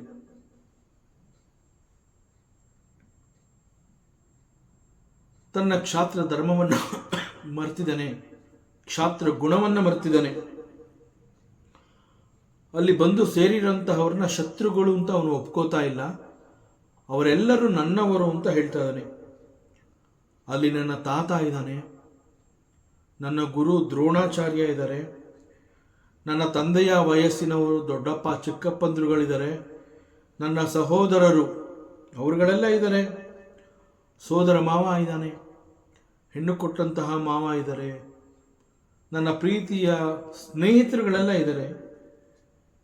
ಸೊ ಹೀಗೆ ಬಂದು ನಿಂತಿರುವಂತಹ ಶತ್ರುಗಳು ಯುದ್ಧವನ್ನು ಮಾಡೋದಕ್ಕೆ ಅವರು ರೆಡಿ ಇದ್ರೂ ಕೂಡ ಅರ್ಜುನ ಅವರಲ್ಲಿ ಸಂಬಂಧಗಳನ್ನು ಹುಡುಕ್ತಾ ಇದ್ದಾನೆ, ಸಂಬಂಧಗಳನ್ನು ನೋಡ್ತಾ ಇದ್ದಾನೆ. ಅವ್ರು ಯಾರನ್ನೂ ಇವನು ಶತ್ರುಗಳು ಅಂತ ಕನ್ಸಿಡರ್ ಮಾಡ್ತಾ ಇಲ್ಲ. ಸೊ ತನ್ನ ಮನಸ್ಸಿನಲ್ಲಿ ಏನು ಅನಿಸಿದೆ ಆ ಯುದ್ಧ ಭೂಮಿಯನ್ನು ನೋಡಿದ ನಂತರ ಅದೇ ವಿಚಾರವನ್ನ ನೇರವಾಗಿ ಯಾವುದನ್ನ ಸರಿಯಾಗಿ ವಿವೇಕ ಮಾಡದೆ ನೇರವಾಗಿ ಮನಸ್ಸಿಗೆ ಬಂದದ್ದನ್ನ ಅದೇ ರೀತಿಯಲ್ಲಿ ಹೊರಹಾಕ್ತಾ ಇದ್ದಾನೆ. ಸೀದಂತೆ ಮಮಗಾತ್ರಾಣಿ, ನನ್ನ ಅಂಗಾಂಗಗಳು ಶಿಥಿಲವಾಗಿ ಕೈಕಾಲುಗಳಲ್ಲಿ ನಡುಕ ಉಂಟಾಗ್ತಾ ಇದೆ ಅಂತಂದ್ರೆ ನನ್ನ ಯಾವ ಅಂಗಾಂಗಗಳಲ್ಲೂ ಶಕ್ತಿ ಇಲ್ಲ. ನನ್ನ ದೇಹದ ಎಲ್ಲ ಭಾಗಗಳಲ್ಲೂ ಕೂಡ ನಾನು ನಡುಕ್ತಾ ಇರುವಂತಹದ್ದನ್ನು ಗಮನಿಸ್ತಾ ಇದ್ದೀನಿ. ಶಕ್ತಿನೇ ಇಲ್ಲ. ಇಲ್ಲಿ we have to understand that there is a very close relationship between the body and the mind. ಮನಸ್ಸಿನಲ್ಲಿ ಯಾವ ಭಾವನೆಗಳು ಉಂಟಾಗುತ್ತೆ ಆ ಭಾವನೆಗಳು ನೇರವಾಗಿ ಸ್ಥೂಲ ಶರೀರದ ಮೇಲೆ ಪ್ರಭಾವವನ್ನು ಬೀರುತ್ತೆ. This is what happen to Arjuna. ಯುದ್ಧ ಭೂಮಿಗೆ ಬಂದು ಎರಡೂ ಕಡೆಯ ಸೈನಿಕರನ್ನ ನೋಡ್ತಾನೆ. ಯಾರ್ಯಾರು ಬಂದು ಇಲ್ಲಿ ನಿಂತಿದ್ದಾರೆ ಅನ್ನುವಂತಹದ್ದನ್ನು ನೋಡಿದಾಗ ಅವನ ಕಣ್ಣಿಗೆ ಸತ್ಯ ಕಾಣಿಸ್ಲಿಲ್ಲ. ಅಲ್ಲಿ ಇದ್ದಂತಹ ಸತ್ಯ ಯಾವುದು? ತನ್ನ ಎದುರಾಳಿ ಅಂತಂದ್ರೆ ಕೌರವರ ಪರವಾಗಿ ಬಂದು ನಿಂತು ಹೋರಾಟ ಮಾಡಬೇಕು ಅಂತ ಬಂದು ನಿಂತಿರುವವರೆಲ್ಲರೂ ಕೂಡ ದೇ ಆರ್ ದಿ ಶತ್ರುಸ್. ಆ ರೀತಿ ಅವನು ನೋಡಬೇಕಾಗಿತ್ತು. ಬಟ್ ಈ ವಿಚಾರದಲ್ಲಿ ಅವನು ಅಸಮರ್ಥನಾಗಿ ಹೋದ. ಸತ್ಯವನ್ನ ನೇರವಾಗಿ ಪರಿಗಣಿಸೋದಕ್ಕೆ ಆಗಲೇ ಇಲ್ಲ ಅವನಿಗೆ. ಸೊ ಅಲ್ಲಿ ಬಂದು ಸೇರಿರುವಂತಹವರು ಎಲ್ಲರನ್ನ ಅವನು ಅವರಲ್ಲಿ ಸಂಬಂಧಗಳನ್ನು ಕಲ್ಪಿಸಿ, ಇವನು ನನ್ನ ತಾತ, ಇವನು ನನ್ನ ಗುರು, ಇವನು ನನ್ನ ದೊಡ್ಡಪ್ಪ, ಚಿಕ್ಕಪ್ಪ, ಮಾವ, ನನ್ನ ಸಹೋದರರು, ನನ್ನ ಬಂಧು ಮಿತ್ರರು ಅಂತ ಹೇಳಿ ಅವರುಗಳಲ್ಲಿ ಸಂಬಂಧಗಳನ್ನು ನೋಡಿದ. ಸೊ ಈಗ ಅವೆಲ್ಲವನ್ನ because of all such things, because of that false understanding, ಅವನ ಮನಸ್ಸಿನಲ್ಲಿ ಅನೇಕ ರೀತಿಯ ಗೊಂದಲಗಳು ಉಂಟಾಗೋಯಿತು. ಆ ಗೊಂದಲಗಳನ್ನು ಅವನಲ್ಲಿ ಪರಿಷ್ಕರಿಸಲಿಲ್ಲ. ಅಂತಂದರೆ ವಿವೇಕಭರಿತವಾಗಿ ಆ ಒಂದು ಸಿಚುವೇಶನನ್ನು ಹ್ಯಾಂಡಲ್ ಮಾಡಲಿಲ್ಲ. ಮನಸ್ಸಿಗೆ ಏನು ಬಂದಿದೆ ಅದನ್ನು ನೇರವಾಗಿ ಆ ಅನಿಸಿಕೆಗಳನ್ನು ಪರಮಾತ್ಮನೊಂದಿಗೆ ಹೊರಹಾಕ್ತಾ ಇದ್ದಾನೆ. ತಾನು ಏನು ಕಂಡೆ ಅಲ್ಲಿ ಅದನ್ನು ನೇರವಾಗಿ ಆ ರೀತಿಯಲ್ಲಿ ಹೇಳ್ತಾ ಇದ್ದಾನೆ. ಸೊ ಅವನು ಹೇಳ್ತಾ ಇದ್ದಾನೆ, ನನ್ನ ಅಂಗಾಂಗಗಳೆಲ್ಲ ಶಿಥಿಲವಾಗಿ ಹೋಗಿದೆ, ನನ್ನ ದೇಹದಲ್ಲಿ ಶಕ್ತಿಯೇ ಇಲ್ಲ. ಇಟ್ ಈಸ್ ಬಿಕಾಸ್ ಆ ಒಂದು ಮನಸ್ಸು ಅವನಿಗೆ ಅಂತಹ ವಿಚಾರಗಳನ್ನು ಸರಿಯಾಗಿ ಆ ಮನಸ್ಸು ಪರಿಷ್ಕರಿಸದೇ ಇದ್ದ ಕಾರಣದಿಂದ ಆ ಮನಸ್ಸಿನ ಭಾವನೆಗಳು ಅವನ ಶರೀರದ ಮೇಲೆ, ದೇಹದ ಮೇಲೆ ನೇರವಾಗಿ ದಾಳಿ ಮಾಡಿದೆ. ಅದರ ಪ್ರಭಾವದಿಂದ ಅವನ ದೇಹದ ಎಲ್ಲ ಅಂಗಾಂಗಗಳು, ದೇಹದ ಎಲ್ಲ ಭಾಗಗಳು ಕೂಡ ಶಕ್ತಿಹೀನವಾದಂತೆ ಅವನಿಗೆ ಕಂಡಿದೆ. ಸೊ ನನ್ನ ಅಂಗಾಂಗಗಳೆಲ್ಲವೂ ಶಿಥಿಲವಾಗಿ ನನ್ನಲ್ಲಿ ನಡುಕ ಹುಟ್ಟುತ್ತಾ ಇದೆ ಅಂತ ಹೇಳ್ತಾ ಇದ್ದಾನೆ. ಸೊ ಪರಮಾತ್ಮ, ನನ್ನಲ್ಲಿ ಶಕ್ತಿ ಉಡುಗಿ ಹೋಗಿದೆ, ಕೈಕಾಲುಗಳು ನಡುಕ್ತಾ ಇದೆ, ಅದರಿಂದ ನಾನು ಯುದ್ಧ ಮಾಡೋದಕ್ಕೆ ಸಾಧ್ಯವೇ ಇಲ್ಲ. ಇಲ್ಲಿ ಅರ್ಜುನನ ಮನಸ್ಸು ಮತ್ತು ಬುದ್ಧಿಯಲ್ಲಿರುವಂತಹ ವೀಕ್ನೆಸ್ ಅದು ಅವನ ಅಂಗಾಂಗಗಳ ಮೂಲಕ ಹೊರಗಡೆ ಬರ್ತಾ ಇದೆ. ಮನಸ್ಸಿನಲ್ಲಿ ಉಂಟಾದಂತಹ ಆ ಒಂದು ದೌರ್ಬಲ್ಯ, ಮಾನಸಿಕ ದೌರ್ಬಲ್ಯ ನೇರವಾಗಿ ಅವನ ದೇಹದ ಮೇಲೆ, ಅಂಗಾಂಗಗಳ ಮೇಲೆ, ದೇಹದ ಎಲ್ಲ ಭಾಗಗಳ ಮೇಲೆ ಪ್ರಭಾವವನ್ನು ಬೀರಿ ಆ ಎಲ್ಲ ಅಂಗಾಂಗಗಳು ಕೂಡ ಶಕ್ತಿಯನ್ನು ಕಳ್ಕೊಂಡಿದೆ ಅಂತ ಹೇಳ್ತಾ ಇದ್ದಾನೆ. ಸೊ ಅವನು ಹೇಳ್ತಾನೆ, ಮುಖಂಚ ಪರಿಶುಷ್ಯತಿ. ಇಲ್ಲಿ ಮುಖಂ ಅಂತಂದರೆ ಆ್ಯಕ್ಚುಯಲ್ ಆಗಿ ಮುಖ ಅಂತಂದರೆ ನೇರವಾದ ಅರ್ಥ ಫೇಸ್. ಆದರೆ ಈ ಸಂದರ್ಭದಲ್ಲಿ ಮುಖಂಚ ಪರಿಶುಷ್ಯತಿ. ಇಲ್ಲಿ ಮುಖಂ ಅಂತಂದರೆ ಬಾಯಿ. ನನ್ನ ಬಾಯಿ ಒಣಗ್ತಾ ಇದೆ. ಪರಿಶುಷ್ಯತಿ. ವೇಪತುಶ್ಚ ಶರೀರೇ ಮೇ ರೋಮಹರ್ಷಶ್ಚ ಜಾಯತೆ. ಅರ್ಜುನ ಹೇಳ್ತಾ ಇದ್ದಾನೆ, there is no more strength in my body. I find it very difficult to fight this war. ಇದು ಎಕ್ಸ್ಟ್ರೀಮ್ ಎಮೋಷನ್ಸ್ನ ಹೊರಗಡೆ ಹಾಕ್ತಾ ಇದ್ದಾನೆ. ಬಿಕಾಸ್ ಅಲ್ಲಿ ಬಂದು ಸೇರಿರುವಂತಹವ್ರನ್ನ ಅವನು ಸ್ವಜನಂ ಸ್ವಬಾಂಧವಾನ್ ಅಂತ ಹೇಳ್ತಾ ಇದ್ದಾನೆ. ಅವ್ರು ಯಾರನ್ನೇ ಇವನು ಶತ್ರುಗಳು ಅಂತ ಅವನು ಪರಿಗಣಿಸ್ತಾ ಇಲ್ಲ. ಸೊ ರೋಮಾಂಚನವಾಗಿ ಹೋಗಿದೆ ನನಗೆ, ನನ್ನ ರೋಮಗಳು ಎದ್ದು ನಿಂತಿದೆ, ನನ್ನ ಕೈಕಾಲುಗಳಲ್ಲಿ ನಡುಕ ಉಂಟಾಗ್ತಾ ಇದೆ. ಈ ಬಂಧು ಮಿತ್ರರೊಂದಿಗೆ, ನನ್ನವರೊಂದಿಗೆ ನಾನು ಹೇಗೆ ಯುದ್ಧ ಮಾಡಲಿ? ಇಲ್ಲಿರೋರು ಯಾರು ನಾನು ಕೊಲ್ಲೋದಕ್ಕೆ ಮನಸ್ಸು ಬರ್ತಾ ಇಲ್ಲ. ನನಗೆ ಯುದ್ಧ ಮಾಡುವಂತಹ ಉತ್ಸಾಹ ಇಲ್ಲ, ಶಕ್ತಿ ಇಲ್ಲ, ನಾ ಯುದ್ಧ ಮಾಡಲಾರೆ. So and Arjuna he continues, ಗಾಂಡೀವಂ ಸ್ರಂಸತೆ ಹಸ್ತಾತ್ ತ್ವಚ್ಚೈವ ಪರಿದಹ್ಯತೆ ನ ಚ ಶಕ್ನೋಮಿ ಅವಸ್ಥಾತುಂ ಭ್ರಮತೀವ ಚ ಮೇ ಮನಃ. ಸಾಮಾನ್ಯವಾಗಿ ಅರ್ಜುನ ಅಂತಂದ್ರೆ ಅವನ ತೋಳುಗಳಲ್ಲಿ ಆ ಗಾಂಡೀವ, ಅವನ ಕೈಗಳಲ್ಲಿ ಆ ಗಾಂಡೀವ ಅವನು ಹಿಡಿದಿರಲೇಬೇಕು, ಬಾಣಗಳು ಅವನ ಬೆನ್ನ ಹಿಂದೆ ಇರಲೇಬೇಕು. That is Arjuna. ಸೊ ಸದಾಕಾಲ ಅರ್ಜುನ ಅಂತಂದ್ರೆ ಗಾಂಡೀವದೊಂದಿಗೆ ಸಿದ್ಧನಾಗಿರ್ತಾನೆ. ಆದರೆ ಈಗ ಅವನಿಲ್ಲಿ ಹೇಳ್ತಾ ಇದ್ದಾನೆ, ಗಾಂಡೀವಂ ಸ್ರಂಸತೆ ಹಸ್ತಾತ್, ನನ್ನ ಕೈನಲ್ಲಿ ಈ ಧನಸ್ಸು ನಿಲ್ತಾ ಇಲ್ಲ, ಗಾಂಡೀವ ನಿಲ್ತಾ ಇಲ್ಲ, ಇದು ಜಾರಿ ಬೀಳ್ತಾ ಇದೆ. ಬಹಳ ವಿಚಿತ್ರ. ಅರ್ಜುನ ಮತ್ತು ಗಾಂಡೀವ ಅಂತಂದ್ರೆ they are one and the same. ಒಂದು ಕ್ಷಣ ಗಾಂಡೀವವನ್ನ ಬಿಟ್ಟು ಇರಲಾರದಂತಹ ಅರ್ಜುನ ಈಗ ಹೇಳ್ತಾ ಇದ್ದಾನೆ, ನಾನು ನನ್ನ ಕೈಗಳಲ್ಲಿ ಈ ಧನಸ್ಸನ್ನು ನಾನು ಹಿಡ್ಕೊಳ್ಳೋಕೆ ಆಗ್ತಾನೇ ಇಲ್ಲ, ಶಕ್ತಿನೇ ಇಲ್ಲ. ಗಾಂಡೀವ ನನ್ನ ಕೈಯಿಂದ ಜಾರಿ ಬೀಳ್ತಾ ಇದೆ.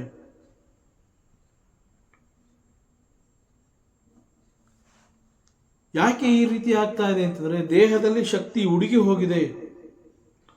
So I am not able to hold this ಗಾಂಡೀವಂ.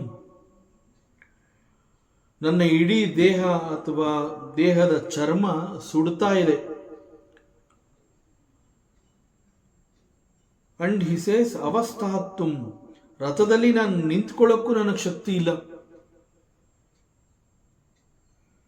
Gandiva ಕೈಯಿಂದ ಜಾರ್ತಾ ಇದೆ, ಬಾಯಿ ಒಣಗ್ತಾ ಇದೆ, ಅಂಗಾಂಗಗಳು ಚರ್ಮಗಳು ಎಲ್ಲ ಸುಡ್ತಾ ಇರುವಂತಹ ಅನುಭವ ಆಗ್ತಾ ಇದೆ. ರಥದಲ್ಲಿ ನಾನು ನಿಂತ್ಕೊಳ್ಳೋಕ್ಕೂ ಆಗ್ತಾ ಇಲ್ಲ, ಅಸಮರ್ಥನಾಗಿ ಹೋಗಿದ್ದೀನಿ. So something is wrong with me. ನಾನು ಎದ್ದು ನಿಲ್ಲಬೇಕು ಅಂತಂದ್ರೆ I think I need support. Support ಇಲ್ಲದೆ ನಾನು ಎದ್ದು ನಿಂತ್ಕೊಳ್ಳೋಕೆ ಆಗ್ತಾ ಇಲ್ಲ, ಕುಸಿದು ಬೀಳ್ತಾ ಇದ್ದೀನಿ ಅಂತ ಹೇಳ್ತಾ ಇದ್ದಾನೆ. Without support I am unable to stand also. ಭ್ರಮತೀವ ಚ ಮೇ ಮನಃ. ಸೊ ನನ್ನ ಮನಸ್ಸಿನಲ್ಲಿ ಏನೋ ಒಂದು ರೀತಿಯ ಭ್ರಮೆ ಉಂಟಾಗಿದೆ. So the effect of the mind of Arjuna which is shown on the body of Arjuna.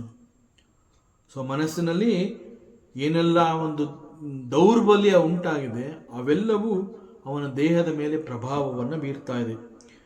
ದೇಹದ ಎಲ್ಲ ಅಂಗಾಂಗಗಳಲ್ಲೂ ಕೂಡ ಶಕ್ತಿಯನ್ನು ನಾನು ಕಳ್ಕೊಂಡಿದ್ದೀನಿ ಅಂತ ಹೇಳ್ತಾ ಇದ್ದಾನೆ.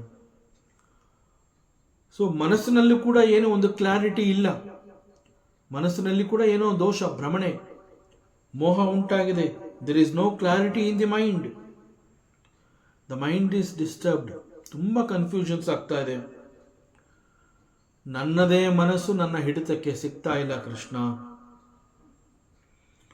ಸೊ ಹೀಗೆ ಅರ್ಜುನ ಕೃಷ್ಣನ ಬಳಿ ಬಂದು ಈ ರೀತಿ ಮಾತನಾಡ್ತಾ ಇದ್ದಾನೆ. ಸೊ ಅಸ್ಥಿರವಾದಂತಹ ಮನಸ್ಸು ಮನುಷ್ಯನನ್ನ ಎಲ್ಲಿ ಬೇಕಾದರೂ ತಳ್ಳಿಬಿಡುತ್ತೆ. ಅದಕ್ಕೆ ಅನೇಕ ಸಂದರ್ಭಗಳಲ್ಲಿ ಮನಸ್ಸು ಗಟ್ಟಿ ಮಾಡ್ಕೊ ಅಂತ ಹೇಳ್ತಾರೆ. ಪರಿಸ್ಥಿತಿ ಬಹಳ ವಿಚಿತ್ರವಾಗಿ ನಮಗೆ ಎದುರಾಗಬಹುದು. ಲೈಫ್ ಅಂತಂದ್ರೆ ಹಂಗೆ, ಯಾವ ಕ್ಷಣದಲ್ಲಿ ಏನು ಎದುರಾಗತ್ತೆ ಅನ್ನುವಂತಹದ್ದು ಯಾರಿಗೂ ಗೊತ್ತಿಲ್ಲ. ಎಲ್ಲ ಸಂದರ್ಭವೂ ನಮ್ಮ ಪರವಾಗಿ ಇರುತ್ತೆ ಎನ್ನುವಂತಹದ್ದು ದೇರ್ ಇಸ್ ನೋ ಗ್ಯಾರಂಟಿ. ಅದರಿಂದ ಎಲ್ಲವನ್ನ ಎದುರಿಸುವುದಕ್ಕೆ ಸಿದ್ಧವಾಗಿರುವಂತಹ ಮನಸ್ಸು ನಮ್ಮದಾಗಿರಬೇಕು. ಮುಂದಿನ ಕ್ಷಣದಲ್ಲಿ ಏನು ಬೇಕಾದರೂ ಆಗಬಹುದು, I am going to face it ಅನ್ನೋಂತಹ ಮನಸ್ಥಿತಿ ನಮ್ಮದಾಗಿರಬೇಕು. ಸೊ ಅದಕ್ಕೆ ಹಿರಿಯರು ಏನು ಹೇಳ್ತಾರೆ ಅಂತಂದರೆ, ಮನಸ್ಸನ್ನ ಗಟ್ಟಿಯಾಗಿ ಇಟ್ಕೊಂಡಿರಪ್ಪ, ಎಲ್ಲ ಒಳ್ಳೆಯದಾಗತ್ತೆ ಅಂತ ಹೇಳ್ತಾರೆ. ಸೊ ಮನಸ್ಸು ಅನ್ನುವಂತಹದ್ದು ಈ ರೀತಿ ಗಟ್ಟಿಯಾಗದೆ ಹೋದರೆ ಅದು ಮನುಷ್ಯನನ್ನು ಯಾವ ಪ್ರಪಾತಕ್ಕೆ ಬೇಕಾದರೂ ತಳ್ಳಿಬಿಡಬಹುದು. ಸೊ ಆ ರೀತಿ ಇಟ್ ಈಸ್ ಪಾಸಿಬಲ್ ಅನ್ನುವಂತಹದ್ದಕ್ಕೆ ಈ ಕ್ಷಣದಲ್ಲಿ ನಾವು ಅರ್ಜುನನ ಪರಿಸ್ಥಿತಿಯನ್ನು ಗಮನಿಸಿದ್ರೆ, ಅರ್ಜುನನಲ್ಲಿ ಉಂಟಾದಂತಹ ಪರಿಸ್ಥಿತಿ ಕೂಡ ಇದೆ, ಸ್ವಲ್ಪವೂ ವ್ಯತ್ಯಾಸ ಇಲ್ಲ. ಅರ್ಜುನನ ಮನಸ್ಸಿನಲ್ಲಿ ಶಕ್ತಿಯೇ ಇಲ್ಲ. ಇಡೀ ವಿಶ್ವದಲ್ಲಿ ಅರ್ಜುನನಂತಹ ಬಿಲ್ಲುಗಾರ ಇಲ್ಲ ಅನ್ನುವಂತಹದ್ದು, ಅವನು ಅಷ್ಟು ಪ್ರಸಿದ್ಧನಾಗಿದ್ದ. ಅಷ್ಟೊಂದು ವಿಶ್ವವಿಖ್ಯಾತ ಪ್ರಸಿದ್ಧನಾದಂತಹ ಅರ್ಜುನ ಇಲ್ಲಿ ಹೇಳ್ತಾ ಇದ್ದಾನೆ, ಈಗ ನನ್ನ ಕೈನಲ್ಲಿ ಗಾಂಡೀವ ಜಾರಿ ಬೀಳ್ತಾ ಇದೆ, ಅದನ್ನು ಹಿಡ್ಕೊಳ್ಳುವಂತಹ ಶಕ್ತಿ ನನಗಿಲ್ಲ. ಗಾಂಡೀವ ಬೀಳ್ತಾ ಇದೆ, ನಾನು ಕುಸಿದು ಬೀಳ್ತಾ ಇದ್ದೀನಿ, ಮತ್ತೆ ನಾ ಎದ್ದು ನಿಂತ್ಕೋಬೇಕು ಅಂತಂದ್ರೆ I think I need support. ನನಗೆ ನಾನೇ ಸ್ವಂತವಾಗಿ ಎದ್ದು ನಿಂತ್ಕೊಳ್ಳುವಂತಹ ಶಕ್ತಿ ಕೂಡ ನನ್ನಲ್ಲಿಲ್ಲ. ದೇಹದ ಎಲ್ಲ ಅಂಗಾಂಗಗಳು ಕೂಡ ಶಿಥಿಲವಾಗಿ ಹೋದಂತಹ ಅನುಭವ. ಸೊ ಅದಕ್ಕೆ ಏನು ಹೇಳ್ತಾರೆ ಅಂತಂದ್ರೆ, ಯಾವುದೇ ಒಂದು ರೀತಿಯ ಆ ರೋಗ ಅದರ ಲಕ್ಷಣವನ್ನ ದೇಹದ ಮೇಲೆ ತೋರಿಸುವುದಕ್ಕಿಂತ ಮುಂಚೆ ಮನಸ್ಸಿಗೆ ತೋರಿಸ್ಕೊಡುತ್ತೆ. ಇಲ್ಲೂ ಕೂಡ ಅರ್ಜುನನಲ್ಲಿ ಅದೇ ರೀತಿ ಆಗಿದೆ. ಬಹಳ ಉತ್ಸಾಹದಿಂದ ಪರಮಾತ್ಮ ಶ್ರೀಕೃಷ್ಣನಿಗೆ ಆರ್ಡರ್ ಮಾಡ್ತಾನೆ, ಸೇನೆಯೋರ್ ಉಭಯೋರ್ ಮಧ್ಯೆ ರಥಂ ಸ್ಥಾಪಯ ಮೇ ಅಚ್ಯುತ. ಹೇ ಅಚ್ಯುತ, ರಥವನ್ನು ತಗೊಂಡೋಗಿ ಎರಡು ಸೇನೆಗಳ ಮಧ್ಯದಲ್ಲಿ ನಿಲ್ಲಿಸು. ಯುದ್ಧ ಕ್ಷೇತ್ರದಲ್ಲಿ ಯಾರ್ಯಾರು ಬಂದು ನಿಂತಿದ್ದಾರೆ, ನನ್ನ ಎದುರಾಳಿಗಳು ಯಾರು, ಅವರೆಲ್ಲರನ್ನ ನಾನು ನೋಡಬೇಕು. ಕೌರವನಿಗೆ ಸಪೋರ್ಟ್ ಮಾಡಬೇಕು ಅಂತ ಬಂದಿದ್ದಾರಲ್ಲ, ಅವರ ಮುಖಗಳನ್ನು ನೋಡಿ ಯಾವ ಮುಖ ಇಟ್ಕೊಂಡು ಈ ಯುದ್ಧ ಭೂಮಿಗೆ ಬಂದಿದ್ದಾರೆ ಎನ್ನುವಂತಹದ್ದು ನಾನು ನೋಡಬೇಕು. ಜೊತೆಗೆ ಇಲ್ಲಿ ಬಂದು ಸೇರಿರುವಂತಹ ಯುದ್ಧಾಳುಗಳ ವಿರುದ್ಧವಾಗಿ ನಾನು ಯಾವ ತಂತ್ರವನ್ನು ಹೆಣೆದು ಅವ್ರನ್ನ ಯುದ್ಧದಲ್ಲಿ ಮಣಿಸಬೇಕು ಅನ್ನುವಂತಹ ಅನೇಕ ಯೋಜನೆಗಳನ್ನು ನಾನು ರೂಪಿಸ್ಕೋಬೇಕು. ಆದ್ದರಿಂದ ರಥವನ್ನು ತಗೊಂಡು ಹೋಗಿ ಅಲ್ಲಿ ಮುಂದೆ ನಿಲ್ಲಿಸು, ನಾನು ನೋಡಬೇಕು ಅಂತ ಹೇಳ್ತಾನೆ. ಅಷ್ಟೊಂದು ಉತ್ಸಾಹದಿಂದ ಕಾದಿದ್ದಂತಹ ಅರ್ಜುನನ ಮನಸ್ಸಿನಲ್ಲಿ ಏಕಾಏಕಿ ಆಲ್ ಆಫ್ ಎ ಸಡನ್ ಆ ಮನಸ್ಸು ಅನ್ನುವಂತಹದ್ದು ತನ್ನ ಸ್ಥಿರತೆಯನ್ನು ಕಳೆದುಕೊಳ್ಳುತ್ತೆ. ಆ ಮನಸ್ಸು ತನ್ನ ಸ್ಥಿರತೆಯನ್ನು ಕಳೆದುಕೊಂಡಾಗ ನೇರವಾಗಿ ಅದರ ಪ್ರಭಾವ ಇಡೀ ದೇಹದ ಮೇಲೆ ಆಗುತ್ತೆ. That is what happen to Arjuna. So ಇಲ್ಲಿ ಅರ್ಜುನ ತನ್ನ ದೇಹದ ಅವಸ್ಥೆಯನ್ನು ತಿಳಿಸ್ತಾ ಇದ್ದಾನೆ ಪರಮಾತ್ಮನಿಗೆ. ದೇಹದ ಯಾವುದೇ ಅಂಗಾಂಗಗಳು ಸ್ಥಿರವಾಗಿ ಕೆಲಸ ಮಾಡಲಿಕ್ಕೆ ಸಾಧ್ಯವಿಲ್ಲದಂತಹ ಪರಿಸ್ಥಿತಿಯಲ್ಲಿ ನಾನಿದ್ದೀನಿ, ಶಕ್ತಿಯನ್ನು ಕಳ್ಕೊಂಡಿದ್ದೀನಿ.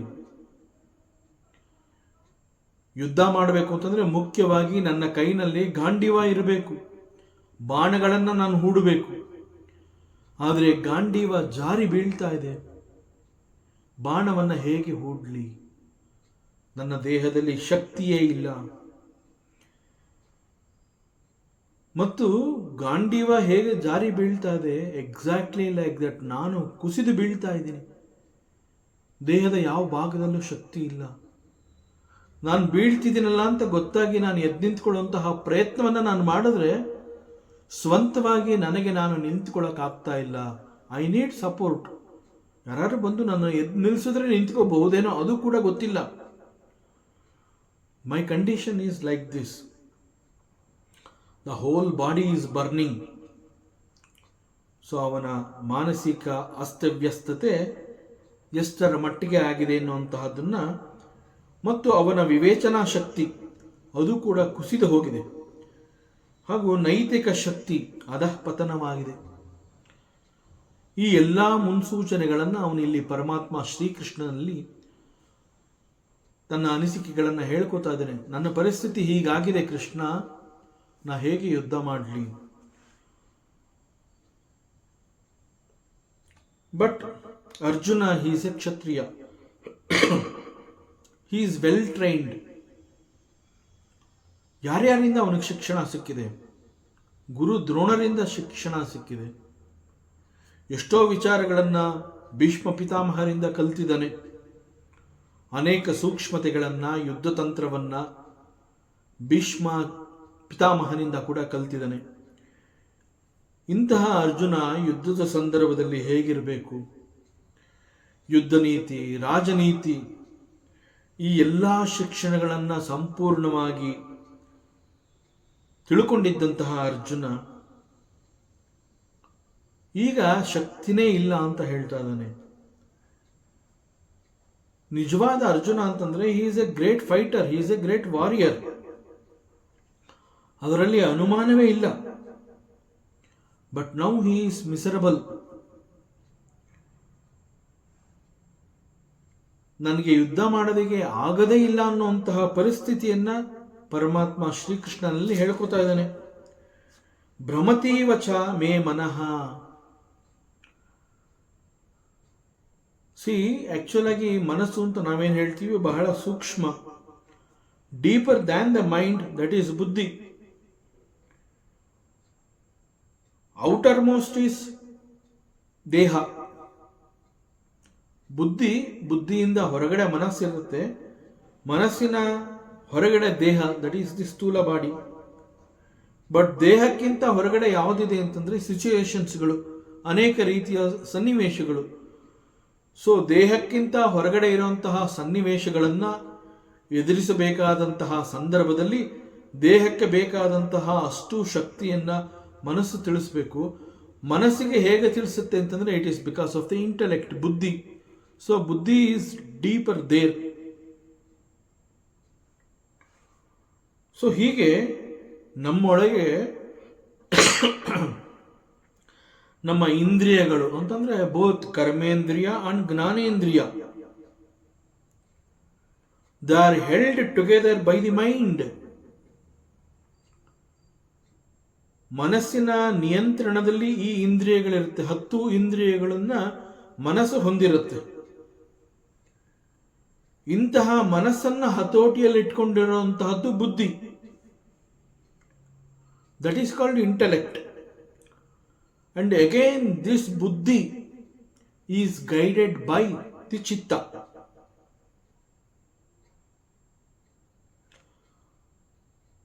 ಚಿತ್ತ ಅಂತಂದ್ರೆ ಏನು? ಮೆಮೊರೀಸ್ ಅಂತ ಹೇಳ್ತಾರೆ,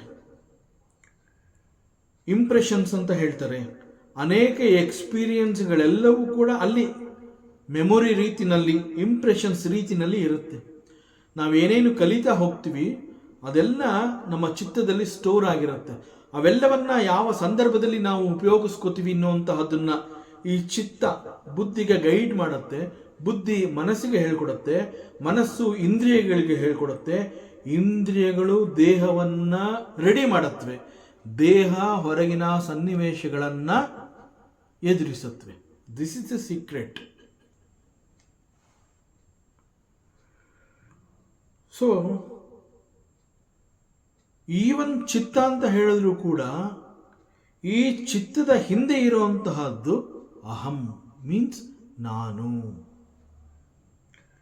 so at the end we have our ego, that is called ನಮ್ಮ ಅಹಂಕಾರದ ಜಾಗ. ಇಲ್ಲಿ ಅಹಂಕಾರದ ಜಾಗ ಅಂತಂದ್ರೆ ಯಾವ ಒಂದು ಸ್ಥಳದಲ್ಲಿ ನಾನು ಅನ್ನುವಂತಹ ಪ್ರಜ್ಞೆ ನನ್ನ ಅರಿವಿಗೆ ಬರುತ್ತೆ, ದಟ್ ಈಸ್ ಕಾಲ್ಡ್ ದಿ ಅಹಂ.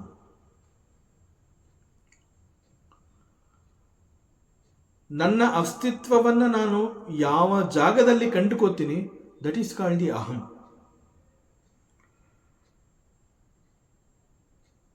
ದಿಸ್ ಅಹಂ is at the deeper level. So ಈಗ ಅರ್ಜುನ ಮತ್ತೆ ಹೇಳ್ತಾ ಇದ್ದಾನೆ, ನಿಮಿತ್ತಾನಿ ಚ ಪಶ್ಯಾಮಿ ವಿಪರೀತಾನಿ ಕೇಶವ ನ ಚ ಶ್ರೇಯೋನು ಪಶ್ಯಾಮಿ ಹತ್ವಾ ಸ್ವಜನ ಮಾಹವೇ. ಕೇಶವ, ಹೇ ಕೇಶವ ಪರಮಾತ್ಮ, ನಿಮಿತ್ತಾನಿ, ಕೆಲವು ಲಕ್ಷಣಗಳನ್ನು ಪಶ್ಯಾಮಿ, ನಾನು ನೋಡ್ತಾ ಇದ್ದೀನಿ. ಅರ್ಜುನನ ಪರಿಸ್ಥಿತಿ ಬಹಳ ಅಧಃಪತನದಲ್ಲಿ ಸೇರ್ಕೊಂಡ್ಬಿಟ್ಟಿದೆ. ಹೆಲ್ಪ್ಲೆಸ್ನೆಸ್ ಸಿಚುಯೇಷನ್ ಅಂತ ನಾವು ಹೇಳ್ತೀವಲ್ಲ, ಅದನ್ನು ಅರ್ಥ ಮಾಡಿಕೊಂಡ್ರೆ ದಿಸ್ ಅರ್ಜುನನ ಪರಿಸ್ಥಿತಿ it is exactly like that.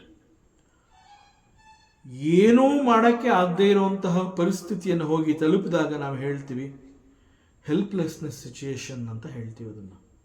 ಇಲ್ಲಿ ಅರ್ಜುನ ಹೋಗಿ ಅಂತಹ ಪರಿಸ್ಥಿತಿಯನ್ನು ತಲುಪಿದ್ದಾನೆ. ಅವನು ಹೇಳ್ತಾನೆ, ನಾನು ಕೆಲವು ಲಕ್ಷಣಗಳನ್ನು ನೋಡ್ತಾ ಇದ್ದೀನಿ ಕೇಶವ, ಪರಮಾತ್ಮ ಶ್ರೀಕೃಷ್ಣ ನನಗೆ ಕೆಲವು ಲಕ್ಷಣಗಳು ಕಾಣ್ತಾ ಇದೆ. ವಿಪರೀತವಾಗಿ ಆ ಎಲ್ಲ ಅಪಶಕನಗಳನ್ನು ನಾನಿಲ್ಲಿ ನೋಡ್ತಾ ಇದ್ದೀನಿ.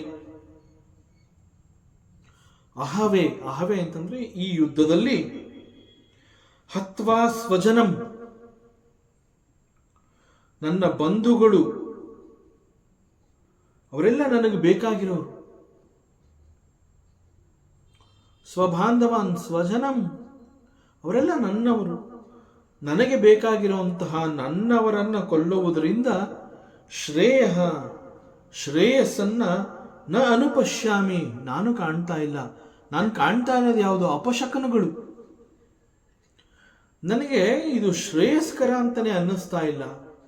ಯಾಕೆ ಇದು ಶ್ರೇಯಸ್ಕರ ಅಲ್ಲ ಅಂತ ಅನ್ನಿಸ್ತಾ ಇದೆ ಅಂತಂದ್ರೆ, ನಾನು ಯುದ್ಧ ಮಾಡಿ ಕೊಲ್ಲಬೇಕಾಗಿರೋದು ಯಾರನ್ನ? ಸ್ವಜನಂ, ಇವರೆಲ್ಲ ನನ್ನವರನ್ನು ಕೊಂದ್ರೆ ಅದನ್ನು ಹೇಗೆ ಶ್ರೇಯಸ್ಕರ ಅಂತ ನಾನು ತಿಳ್ಕೊಳ್ಳಿ? It is not possible. So ಇಲ್ಲಿ ಈ ರೀತಿಯ ಲಕ್ಷಣಗಳು ನನಗೆ ಕಾಣಿಸ್ತಾ ಇದೆ ಅಂತ ಹೇಳ್ತಾ ಇದ್ದಾನೆ. ನನ್ನವರನ್ನ ಸ್ವಜನರನ್ನ ಕೊಂದ್ರೆ ಅದು ಹೇಗೆ ತಾನೇ ಶ್ರೇಯಸ್ಸು ಅಂತ ಅನ್ನಿಸ್ಕೊಳ್ಳುತ್ತೆ. ಇಲ್ಲಿ ನನಗೆ ಅಂತಹ ಲಕ್ಷಣಗಳು ಕಾಣಿಸ್ತಾ ಇದೆ. It is not good to kill ಸ್ವಜನಂ because they are my own people. My own people are there in the war. ಅಂತಹವ್ರನ್ನ ನಾನು ಕೊಲ್ಲದ ಸಾಧ್ಯವೇ ಇಲ್ಲ. ಸೊ ಪರಿಸ್ಥಿತಿ ಈ ರೀತಿ ಆದಾಗ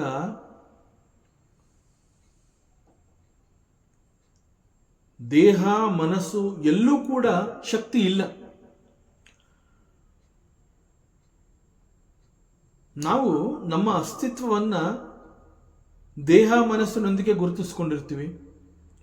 ಹೇಳ್ತೀವಿ I can do this, I cannot do this. These are all ವಿವೇಕ ಅಂತ ಅನ್ನಿಸ್ಕೊಂಡ್ರು ಕೂಡ ಕೆಲವು ಪಾಸಿಬಿಲಿಟೀಸ್ಗಳನ್ನ ಇಂಪಾಸಿಬಿಲಿಟೀಸ್ ಅಂತ ನಾವೇನು ಹೇಳ್ತೀವಿ, ಯಾವ್ದು ಮಾಡಬಹುದು ಯಾವ್ದು ಮಾಡೋದಿಲ್ಲ, ಅದೆಲ್ಲ ಹೇಗೆ ಗೊತ್ತಾಗತ್ತೆ ಅಂತಂದ್ರೆ it is because of the deha and manassu. ಅವುಗಳ ಅಸ್ತಿತ್ವ ನನಗೆ ಗೊತ್ತಾಗ್ತಾ ಇರೋದ್ರಿಂದ I use my mind and the body for certain actions. I can do this ಅಂತ ಹೇಳಿದ್ರೆ ಏನರ್ಥ?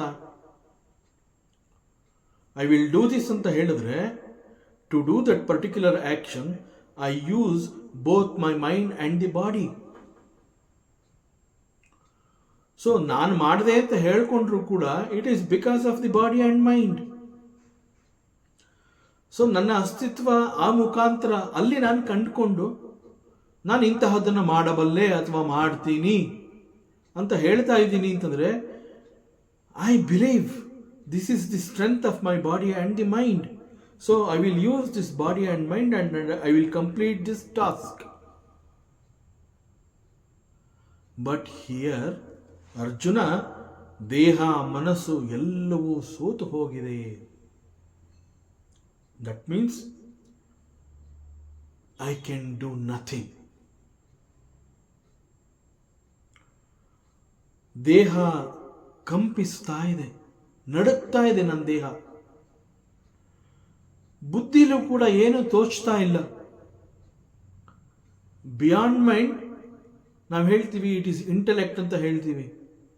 It is also not working. ನನಗೇನು ತೋಚ್ತಾ ಇಲ್ಲ ಅಂತ ಯಾವಾಗ ಹೇಳ್ತೀವಿ ಅಂತಂದ್ರೆ, ಏನೋ ಒಂದು ಮಾಡಬೇಕು ಅಂದ್ಕೊಂಡಾಗ ನನಗೆ ಮನಸ್ಸು ದಾರಿ ತೋರಿಸತ್ತೆ ಅಂತ ನಾವು ನಂಬಿರ್ತೀವಿ. ಆ ಮನಸ್ಸು ಏನು ಮಾಡದೆ ಹೋದಾಗ ಆ ಬುದ್ಧಿನ ಅಂತಹದ್ದು ಗೈಡ್ ಮಾಡತ್ತೆ, ಆದ್ರಿಂದ ಮನಸ್ಸು ನನಗೆ ಹೇಳ್ಕೊಡತ್ತೆ ಅಂತ ವಿ ಹ್ಯಾವ್ ಎ ಬಿಲೀಫ್. ಇಲ್ಲಿ ನನಗೇನು ತೋಚ್ತಾ ಇಲ್ಲ. ಈವನ್ ಬುದ್ಧಿಯಲ್ಲೂ ಕೂಡ ಏನು ಗೊತ್ತಾಗ್ತಾ ಇಲ್ಲ. ಕಣ್ಣ ಮುಂದೆ ಇರುವಂತಹ ಈ ಸನ್ನಿವೇಶ ನನಗೆ ಅರ್ಥನೇ ಆಗ್ತಾ ಇಲ್ಲ. ಕಣ್ಣ ಮುಂದೆ ಇರುವಂತಹ ಸನ್ನಿವೇಶ ಯಾವುದು? ಯುದ್ಧ ಭೂಮಿ, ಯುದ್ಧ ಕ್ಷೇತ್ರ. ಆದರೆ ಯುದ್ಧ ಕ್ಷೇತ್ರದಲ್ಲಿ ಎದುರಾಳಿಗರು ಯಾರು ಅಂತಂದ್ರೆ ನನ್ನ ತಾತ, ನನ್ನ ಗುರು, ನನ್ನ ಸ್ನೇಹಿತರು, ಬಂಧುಗಳು, ದೊಡ್ಡಪ್ಪ, ಚಿಕ್ಕಪ್ಪ, ಸೋದರ ಮಾವಂದರು, ಹೆಣ್ಣುಕೊಟ್ಟ ಮಾವಂದರು, ಮಕ್ಕಳು, ಮರಿಗಳು, ಮೊಮ್ಮಕ್ಕಳು, ಸಣ್ಣ ಸಣ್ಣ ಮಕ್ಕಳುಗಳೆಲ್ಲ ಇಲ್ಲಿ ಬಂದಿದ್ದಾರೆ. ಇದನ್ನ ನಾನು ಅರ್ಥ ಮಾಡ್ಕೊಳಕ್ ಆಗ್ತಾ ಇಲ್ಲ ಕೃಷ್ಣ. ಹೇ ಕೇಶವ, ವಿಪರೀತಾನಿ ಕೇಶವ, ಅನೇಕ ರೀತಿಯ ವಿಪರೀತವಾಗಿ ಅಪಶಕನಗಳು. ನನ್ನವ್ರನ್ನ ಕೊಲ್ಲೋದು ಅಂತಂದ್ರೆ ಹೇಗೆ? ಸೊ ನಾನು ಯಾವ ನಿರ್ಧಾರಕ್ಕೂ ಕೂಡ ಬರಕ್ಕೆ ಆಗ್ತಾ ಇಲ್ಲ. ಯಾವುದು ಸರಿ, ಯಾವುದು ತಪ್ಪು ಅಂತಂದ್ರೆ intellect is not working. I am not able to understand what is right and what is wrong. Totally ನಾನು ಅಸಮರ್ಥನಾಗಿ ಹೋಗಿದ್ದೀನಿ. I have become useless. Intellect cannot think on the real world. ಏನು ನೋಡ್ತಾ ಇದ್ದೀನಿ ಅದನ್ನು ಸರಿಯಾಗಿ ಗ್ರಹಿಸಲು ಅಸಮರ್ಥವಾಗಿರುವಂತಹ ಬುದ್ಧಿಯನ್ನು ನಾನು ಹೊಂದಿದ್ದೀನಿ. ಸೊ ಈ ರೀತಿ ಆದಾಗ ಏನಾಗುತ್ತೆ? It is quite natural that we jump in to the wrong conclusions. This is possible. Exactly like this, Arjuna is suffering. This is what going on in my mind. ಹೀಗೆ ಅರ್ಜುನನಿಗೆ ಈಗ ಇಲ್ಲಿ ಅನೇಕ ರೀತಿಯ ಅಪಶಕನಗಳು, ಅಂತಹ ಲಕ್ಷಣಗಳು ಕಾಣಿಸ್ತಾ ಇದೆ. ಅದನ್ನ ಅವನು ಇಲ್ಲಿ ಕೃಷ್ಣನಿಗೆ ಹೇಳ್ತಾ ಇದ್ದಾನೆ. ನಿಮಿತ್ತಾನಿ ಚ ಪಶ್ಯಾಮಿ ಅಂತ ಪರಮಾತ್ಮ ಶ್ರೀಕೃಷ್ಣ ಕೇಶವನೊಂದಿಗೆ ಹೇಳ್ಕೊತಾ ಇದ್ದಾನೆ. ಹೇ Keshava, I am seeing the negative signs. Arjuna ಈ ರೀತಿ ಒಂದೇ ಸಮನೆ ಮನಸ್ಸಿಗೆ ಬಂದಂತಹ ಎಲ್ಲವನ್ನ ಶ್ರೀಕೃಷ್ಣನೊಂದಿಗೆ ಹೇಳ್ಕೊತಾ ಇದ್ದಾನೆ. ಬಟ್ ಪರಮಾತ್ಮ ಶ್ರೀಕೃಷ್ಣ ಹಿ ಈಸ್ ಲಿಸ್ನಿಂಗ್. ಅವನೇನು ಪ್ರತಿ ಮಾತನಾಡ್ತಾ ಇಲ್ಲ. ಅರ್ಜುನ ಏನೇನು ಮಾತನಾಡ್ತಾ ಇದ್ದಾನೆ ಅದನ್ನು ಕೇಳಿಸ್ಕೊತಾ ಇದ್ದಾನೆ. And he is allowing Arjuna to speak. ನೀನು ಮಾತಾಡಪ್ಪ, ಏನೇನಿದೆ ಎಲ್ಲ ನೀನು ಹೇಳ್ಕೊ ಅಂತ ಹೇಳಿ ಪರಮಾತ್ಮ ಶ್ರೀಕೃಷ್ಣ ಸುಮ್ಮನೆ ಇದ್ದಾನೆ, ತಟಸ್ಥನಾಗಿ. He is just listening. Full time ಅರ್ಜುನಂಗೆ ಕೊಟ್ಬಿಟ್ಟಿದ್ದಾನೆ. ನೀನು ಮಾತಾಡು, ಅದೆಷ್ಟು ಮಾತಾಡ್ತೀಯೋ ಪೂರ್ತಿ ನೀನು ಮಾತಾಡು. ಸೊ ಇಲ್ಲಿ ಅರ್ಜುನ ಹತಾಶನಾಗಿ ನನಗೇನೂ ಬೇಡ, ಇಲ್ಲಿ ನನಗೇನೂ ಬೇಡ ಅಂತ ಏನು ಹೇಳ್ತಾ ಇದ್ದಾನೆ ಅರ್ಜುನ? ನನಗೆ ಗೆಲುವು ಬೇಡ. ಫಸ್ಟ್ ಆಫ್ ಆಲ್ ಯುದ್ಧವೇ ಬೇಡ. ಯುದ್ಧದ ಮೂಲಕ ಗೆಲುವು ಬೇಡ, ರಾಜ್ಯ ಬೇಡ, ರಾಜ್ಯದಿಂದ ಸಿಗುವಂತಹ ಸುಖ ವೈಭೋಗ ಅದೇನಿದೆ ಅದ್ಯಾವುದು I am not interested. I have no more such desires. ಹೀಗೆ ನಮ್ಮ ಚಿತ್ತ ಅನ್ನುವಂತಹದ್ದು ಉದ್ರೇಕಗೊಂಡಾಗ ಕೆಲವು ಸತ್ಯಗಳು ಈ ರೀತಿ ಬರುತ್ತೆ. ನನಗೇನೂ ಬೇಡ ಅನ್ನುವಂತಹದ್ದು ಹೇಳುವುದರ ಹಿಂದೆ ನಾನು ಹತಾಶ ಸ್ಥಿತಿಯನ್ನು ತಲುಪಿದ್ದೀನಿ ಎನ್ನುವಂತಹ ಸತ್ಯವನ್ನ ಪರಮಾತ್ಮ ಶ್ರೀಕೃಷ್ಣನಿಗೆ ಅರಿವು ಮಾಡಿಕೊಡ್ತಾ ಇದ್ದಾನೆ. ನನ್ನಿಂದ ಏನೂ ಸಾಧ್ಯವಿಲ್ಲ ಅನ್ನುವಂತಹ ಸ್ಥಿತಿಯನ್ನು ನಾನು ತಲುಪಿದ್ದೀನಿ. This is my condition. So ಯುದ್ಧಕ್ಕೆ ಸಿದ್ಧನಾದಾಗ ಅರ್ಜುನನಿಗೆ ಒಂದು ರೀತಿಯ ಗರ್ವ, ಪ್ರತಿಷ್ಠೆ ಇತ್ತು. ನನ್ನಷ್ಟು ಪ್ರಸಿದ್ಧನಾದಂತಹ ಬಿಲ್ಲುಗಾರ ಇಡೀ ವಿಶ್ವದಲ್ಲಿ ಎಲ್ಲೂ ಇಲ್ಲ. So I know my power. So ಏನೆಲ್ಲವನ್ನ ನಾವು ಅನುಭವಿಸಿದ್ದೀವಿ. ಆಸ್ಥಾನದಲ್ಲಿ, ರಾಜನ ಆಸ್ಥಾನದಲ್ಲಿ, ಎಲ್ಲರ ಸಮ್ಮುಖದಲ್ಲಿ ದ್ರೌಪದಿಗೆ ಆದಂತಹ ಅವಮಾನ ಅದೇನು ಕಡಿಮೆ ಅಲ್ಲ. ಅವೆಲ್ಲಕ್ಕೆ ನಾನು ಸೇಡು ತೀರಿಸ್ಕೋಬೇಕು.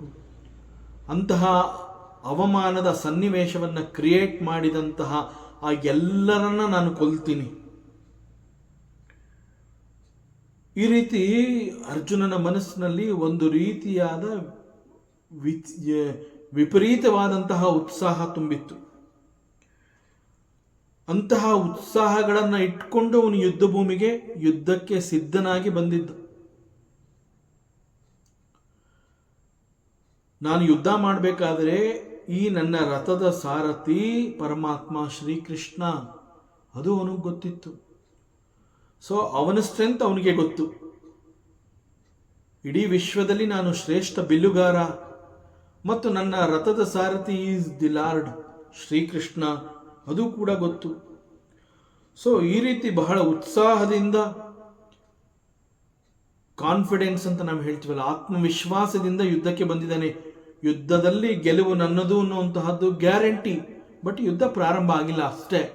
ಅದರ್ವೈಸ್ ನಾನು ಗೆದ್ದಾಗಿದೆ ಅನ್ನುವಂತಹ ಆತ್ಮವಿಶ್ವಾಸವನ್ನ ಹೊಂದಿದ್ದ ಅರ್ಜುನ ಈಗ ಹತಾಶ ಸ್ಥಿತಿಯನ್ನು ತಲುಪಿದ್ದಾನೆ. ಸೊ ಇಂತಹ ಒಂದು ಕಾನ್ಫಿಡೆನ್ಸ್ ಇಟ್ಕೊಂಡು ಯುದ್ಧ ಭೂಮಿಗೆ ಬಂದು ಅಲ್ಲಿ ಎರಡೂ ಕಡೆಯ ಸೈನಿಕರನ್ನ ನೋಡಬೇಕು ಅನ್ನುವಂತಹ ಅಪೇಕ್ಷೆಯನ್ನ ವ್ಯಕ್ತಪಡಿಸಿ ರಥವನ್ನ ಎರಡೂ ಸೈನ್ಯದ ಮಧ್ಯದಲ್ಲಿ ನಿಲ್ಲಿಸು ಅಂತ ಹೇಳಿ ಪರಮಾತ್ಮ ಶ್ರೀಕೃಷ್ಣನನ್ನ ಕೇಳ್ಕೋತಾನೆ. ಸೊ ಇನ್ಫ್ಯಾಕ್ಟ್ ಯುದ್ಧದಲ್ಲಿ ಅರ್ಜುನನ ಗೆಲುವು ಅನ್ನುವಂತಹದ್ದು ಗ್ಯಾರಂಟಿ ಆಗಿತ್ತು. ನನಗೆ ಗೆಲ್ಲಬೇಕು, ಯುದ್ಧವನ್ನು ನಾನು ಗೆಲ್ಲಬೇಕು, ಯುದ್ಧದಲ್ಲಿ ಎಲ್ಲರನ್ನ ನಾನು ಕೊಲ್ಲಬೇಕು ಮತ್ತು ರಾಜ್ಯ ಸಿಗಬೇಕು, ಧರ್ಮದ ಪ್ರತಿಷ್ಠಾಪನೆ ಆಗಬೇಕು, ಅಧಿಕಾರ ಬೇಕು. ಸೊ ಈ ಎಲ್ಲ ಕಾತುರಗಳು, ಆಂಕ್ಷಿಯಸ್, ಇವೆಲ್ಲ ಆಂಗ್ಸೈಟಿ, ಈ ರೀತಿ ಎಲ್ಲ ಮಿಕ್ಸ್ಡ್ ಎಮೋಷನ್ಸ್ಗಳೆಲ್ಲವೂ ಕೂಡ ಅರ್ಜುನನ ಮನಸ್ಸಿನಲ್ಲಿ ಗಟ್ಟಿಯಾಗಿ ನೆಲೆ ನಿಂತಿತ್ತು. ಎಲ್ಲವನ್ನ ಬಹಳ ಚೆನ್ನಾಗಿ ಅರ್ಥ ಮಾಡಿಕೊಂಡಿದ್ದ. ಪರಿಸ್ಥಿತಿ, ಸನ್ನಿವೇಶಗಳು ಹೇಗೆ ಬರುತ್ತೆ, ಹೇಗೆ ಅವುಗಳೆಲ್ಲವನ್ನ ನಾನು ಎದುರಿಸಬೇಕು ಅನ್ನುವಂತಹದ್ದು ಎಲ್ಲವನ್ನ ಸಂಪೂರ್ಣವಾಗಿ ತಿಳ್ಕೊಂಡಿದ್ದ. ಸೊ ಇಂತಹ ಯುದ್ಧವನ್ನು ನಾನು ಗೆದ್ದು ನನ್ನ ಸಂಬಂಧಿಗಳಿಗೆ, ಸ್ನೇಹಿತರಿಗೆ, ಬಂಧು ಮಿತ್ರರಿಗೆ ನಾನು ಆನಂದವನ್ನು ಹಂಚಬೇಕು ಅನ್ನುವಂತಹ ಹೆಬ್ಬಯಕೆಯನ್ನು ಹೊಂದಿದ್ದ ಅರ್ಜುನ. ಆದರೆ ಯುದ್ಧ ಭೂಮಿನಲ್ಲಿ ಪ್ರಬಲವಾದ ಕೌರವರ ಸೇನೆಯ ಪ್ರತಿಭಟನೆ, ಯಾಕೆಂತಂದ್ರೆ ಅಲ್ಲಿ 11 ಅಕ್ಷೋಹಿಣಿ ಸೈನ್ಯ ಇತ್ತು, ಪಾಂಡವರದು ಕೇವಲ 7 ಅಕ್ಷೋಹಿಣಿ ಸೈನ್ಯ. ಸೊ ಸಂಖ್ಯೆಯಲ್ಲಿ ಕೌರವರದು ದೊಡ್ಡದಾಗಿತ್ತು, ಅದನ್ನು ಇಲ್ಲಿ ಪ್ರಬಲ ಸೇನೆ. ಸೊ ಕೌರವರ ಸೇನೆಯಲ್ಲಿ ಇದ್ದಂತಹ ಪ್ರಬಲ ಸೇನೆಯ ಸೈನಿಕರ ಪ್ರತಿಭಟನೆ ಹಾಗೂ ಯುದ್ಧಕ್ಕೆ ಸಿದ್ಧರಾಗಿದ್ದಂತಹ ಮಹಾರಥಿಗಳನ್ನ ನೋಡಿದ ನಂತರದಲ್ಲಿ, ಆ ಕ್ಷಣದಲ್ಲಿ ಅರ್ಜುನನ ನಿರೀಕ್ಷೆ ನುಚ್ಚು ನೂರಾಗಿ ಹೋಯಿತು. ಆ ಕ್ಷಣದಲ್ಲಿ ಹಿ ಲಾಸ್ಟ್ ದಟ್ ಆ ರಿಯಾಲಿಟಿಯನ್ನು ಅರ್ಥ ಮಾಡಿಕೊಳ್ಳುವಂತಹ ಆ ಒಂದು ಬುದ್ಧಿಯನ್ನ ಅವನು ಕಳ್ಕೊಂಡಿದ್ದ. ಸೊ ಅವನಲ್ಲಿದ್ದಂತಹ ಆ ದೃಢವಾದ ವಿಶ್ವಾಸ ನಾಶವಾಗಿ ಹೋಯಿತು. ಶತ್ರುಗಳನ್ನು ನೋಡಿ ಅವ್ರನ್ನ ಕೊಲ್ಲಬೇಕು ಅನ್ನುವಂತಹ ಉತ್ಸಾಹವನ್ನು ಹೊಂದಿದ್ದ ಇದೇ ಅರ್ಜುನ ಅದೇ ಶತ್ರುಗಳನ್ನು ನೋಡಿದಾಗ ಸ್ವಜನಂ ಅಂತ ಕರೆದ. ಸೊ ನನ್ನ ಬಂಧುಗಳನ್ನು ಹೇಗೆ ಕೊಲ್ಲಲಿ? ಸೊ ಇವರೆಲ್ಲ ನನ್ನ ಬಂಧುಗಳು, ಇವ್ರು ಯಾರು ಕೂಡ ಶತ್ರುಗಳು ಅಂತ ಅವನು ಹೇಳ್ತಾನೆ ಇಲ್ಲ. ಸೊ ಇವರೆಲ್ಲ ನನ್ನ ಬಂಧುಗಳು, ಕೊಲ್ಲಬೇಕಾಗಿರೋದು ಶತ್ರುಗಳನ್ನ. ಬಂಧುಗಳು ಹೇಗೆ ಶತ್ರುವಾಗಿ ಆಗ್ತಾರೆ? ಆದ್ರಿಂದ ಬಂಧುಗಳನ್ನು ಕೊಲ್ಲೋದಕ್ಕೆ ಸಾಧ್ಯ ಇಲ್ಲ ಅಂತ ಹೇಳಿ ಹತಾಶ ಸ್ಥಿತಿಯನ್ನು ತಲುಪ್ತಾನೆ. ಸೊ ಅರ್ಜುನ ಕ್ರಮೇಣ ತನ್ನ ಮನಸ್ಸಿನಲ್ಲಿ ಇಂತಹ ಒಂದು ಮನೋದೌರ್ಬಲ್ಯ, ಇದೊಂದು ರೀತಿಯ ರೋಗ, ಮಾನಸಿಕ ರೋಗ, ಈ ಒಂದು ರೋಗವನ್ನು ಬೆಳೆಸ್ಕೋತಾನೆ. ಬಟ್ ಪರಮಾತ್ಮ ಅರ್ಜುನನ ಈ ಎಲ್ಲ ಮಾತುಗಳನ್ನು ಕೇಳಿಸ್ಕೊತಾ ಬಂದಿದ್ದಾನೆ. ಅರ್ಜುನನ ಮನಸ್ಥಿತಿಯನ್ನ ನೇರವಾಗಿ ನೋಡಿ ಅರ್ಥ ಮಾಡ್ಕೊಂಡಿದ್ದಾನೆ. ಸೊ ಅರ್ಜುನನ ಈ ಕಾಯಿಲೆಗೆ ಯಾವ ಔಷಧವನ್ನು ಕೊಟ್ಟರೆ ಸರಿ ಹೋಗುತ್ತೆ ಎನ್ನುವಂತಹದ್ದು ಪರಮಾತ್ಮನಿಗೆ ಗೊತ್ತಾಯಿತು. ಸೊ ಈ ಒಂದು ಕಾಯಿಲೆಗೆ ಬೇಕಾದಂತಹ ಉಪದೇಶ, ಗೀತೆಯ ಉಪದೇಶ ಅನ್ನುವಂತಹದ್ದು, ಪರಮಾತ್ಮನ ಗೀತೆಯ ಉಪದೇಶ ಅನ್ನುವಂತಹದ್ದು ದಿಸ್ ಅರ್ಜುನನ ಕಾಯಿಲೆಗೆ ದಿವ್ಯ ಔಷಧವಾಗಿ ಕಂಡುಬಂತು. ಮತ್ತಷ್ಟು ವಿಚಾರಗಳಿದೆ, ಮುಂದಿನ ಅವಕಾಶದಲ್ಲಿ ಮತ್ತೆ ಮುಂದುವರಿಸೋಣ. ಓಂ ಪೂರ್ಣಮದಃ ಪೂರ್ಣಮಿದಂ ಪೂರ್ಣಾತ್ ಪೂರ್ಣಮುದಚ್ಯತೆ ಪೂರ್ಣಸ್ಯ ಪೂರ್ಣಮಾದಾಯ ಪೂರ್ಣಮೇವಾವಶಿಷ್ಯತೆ. ಓಂ ಶಾಂತಿ ಶಾಂತಿ ಶಾಂತಿ. ಹರಿ ಓಂ. ಶ್ರೀ ಗುರುಭ್ಯೋ ನಮಃ. ಹರಿ ಓಂ.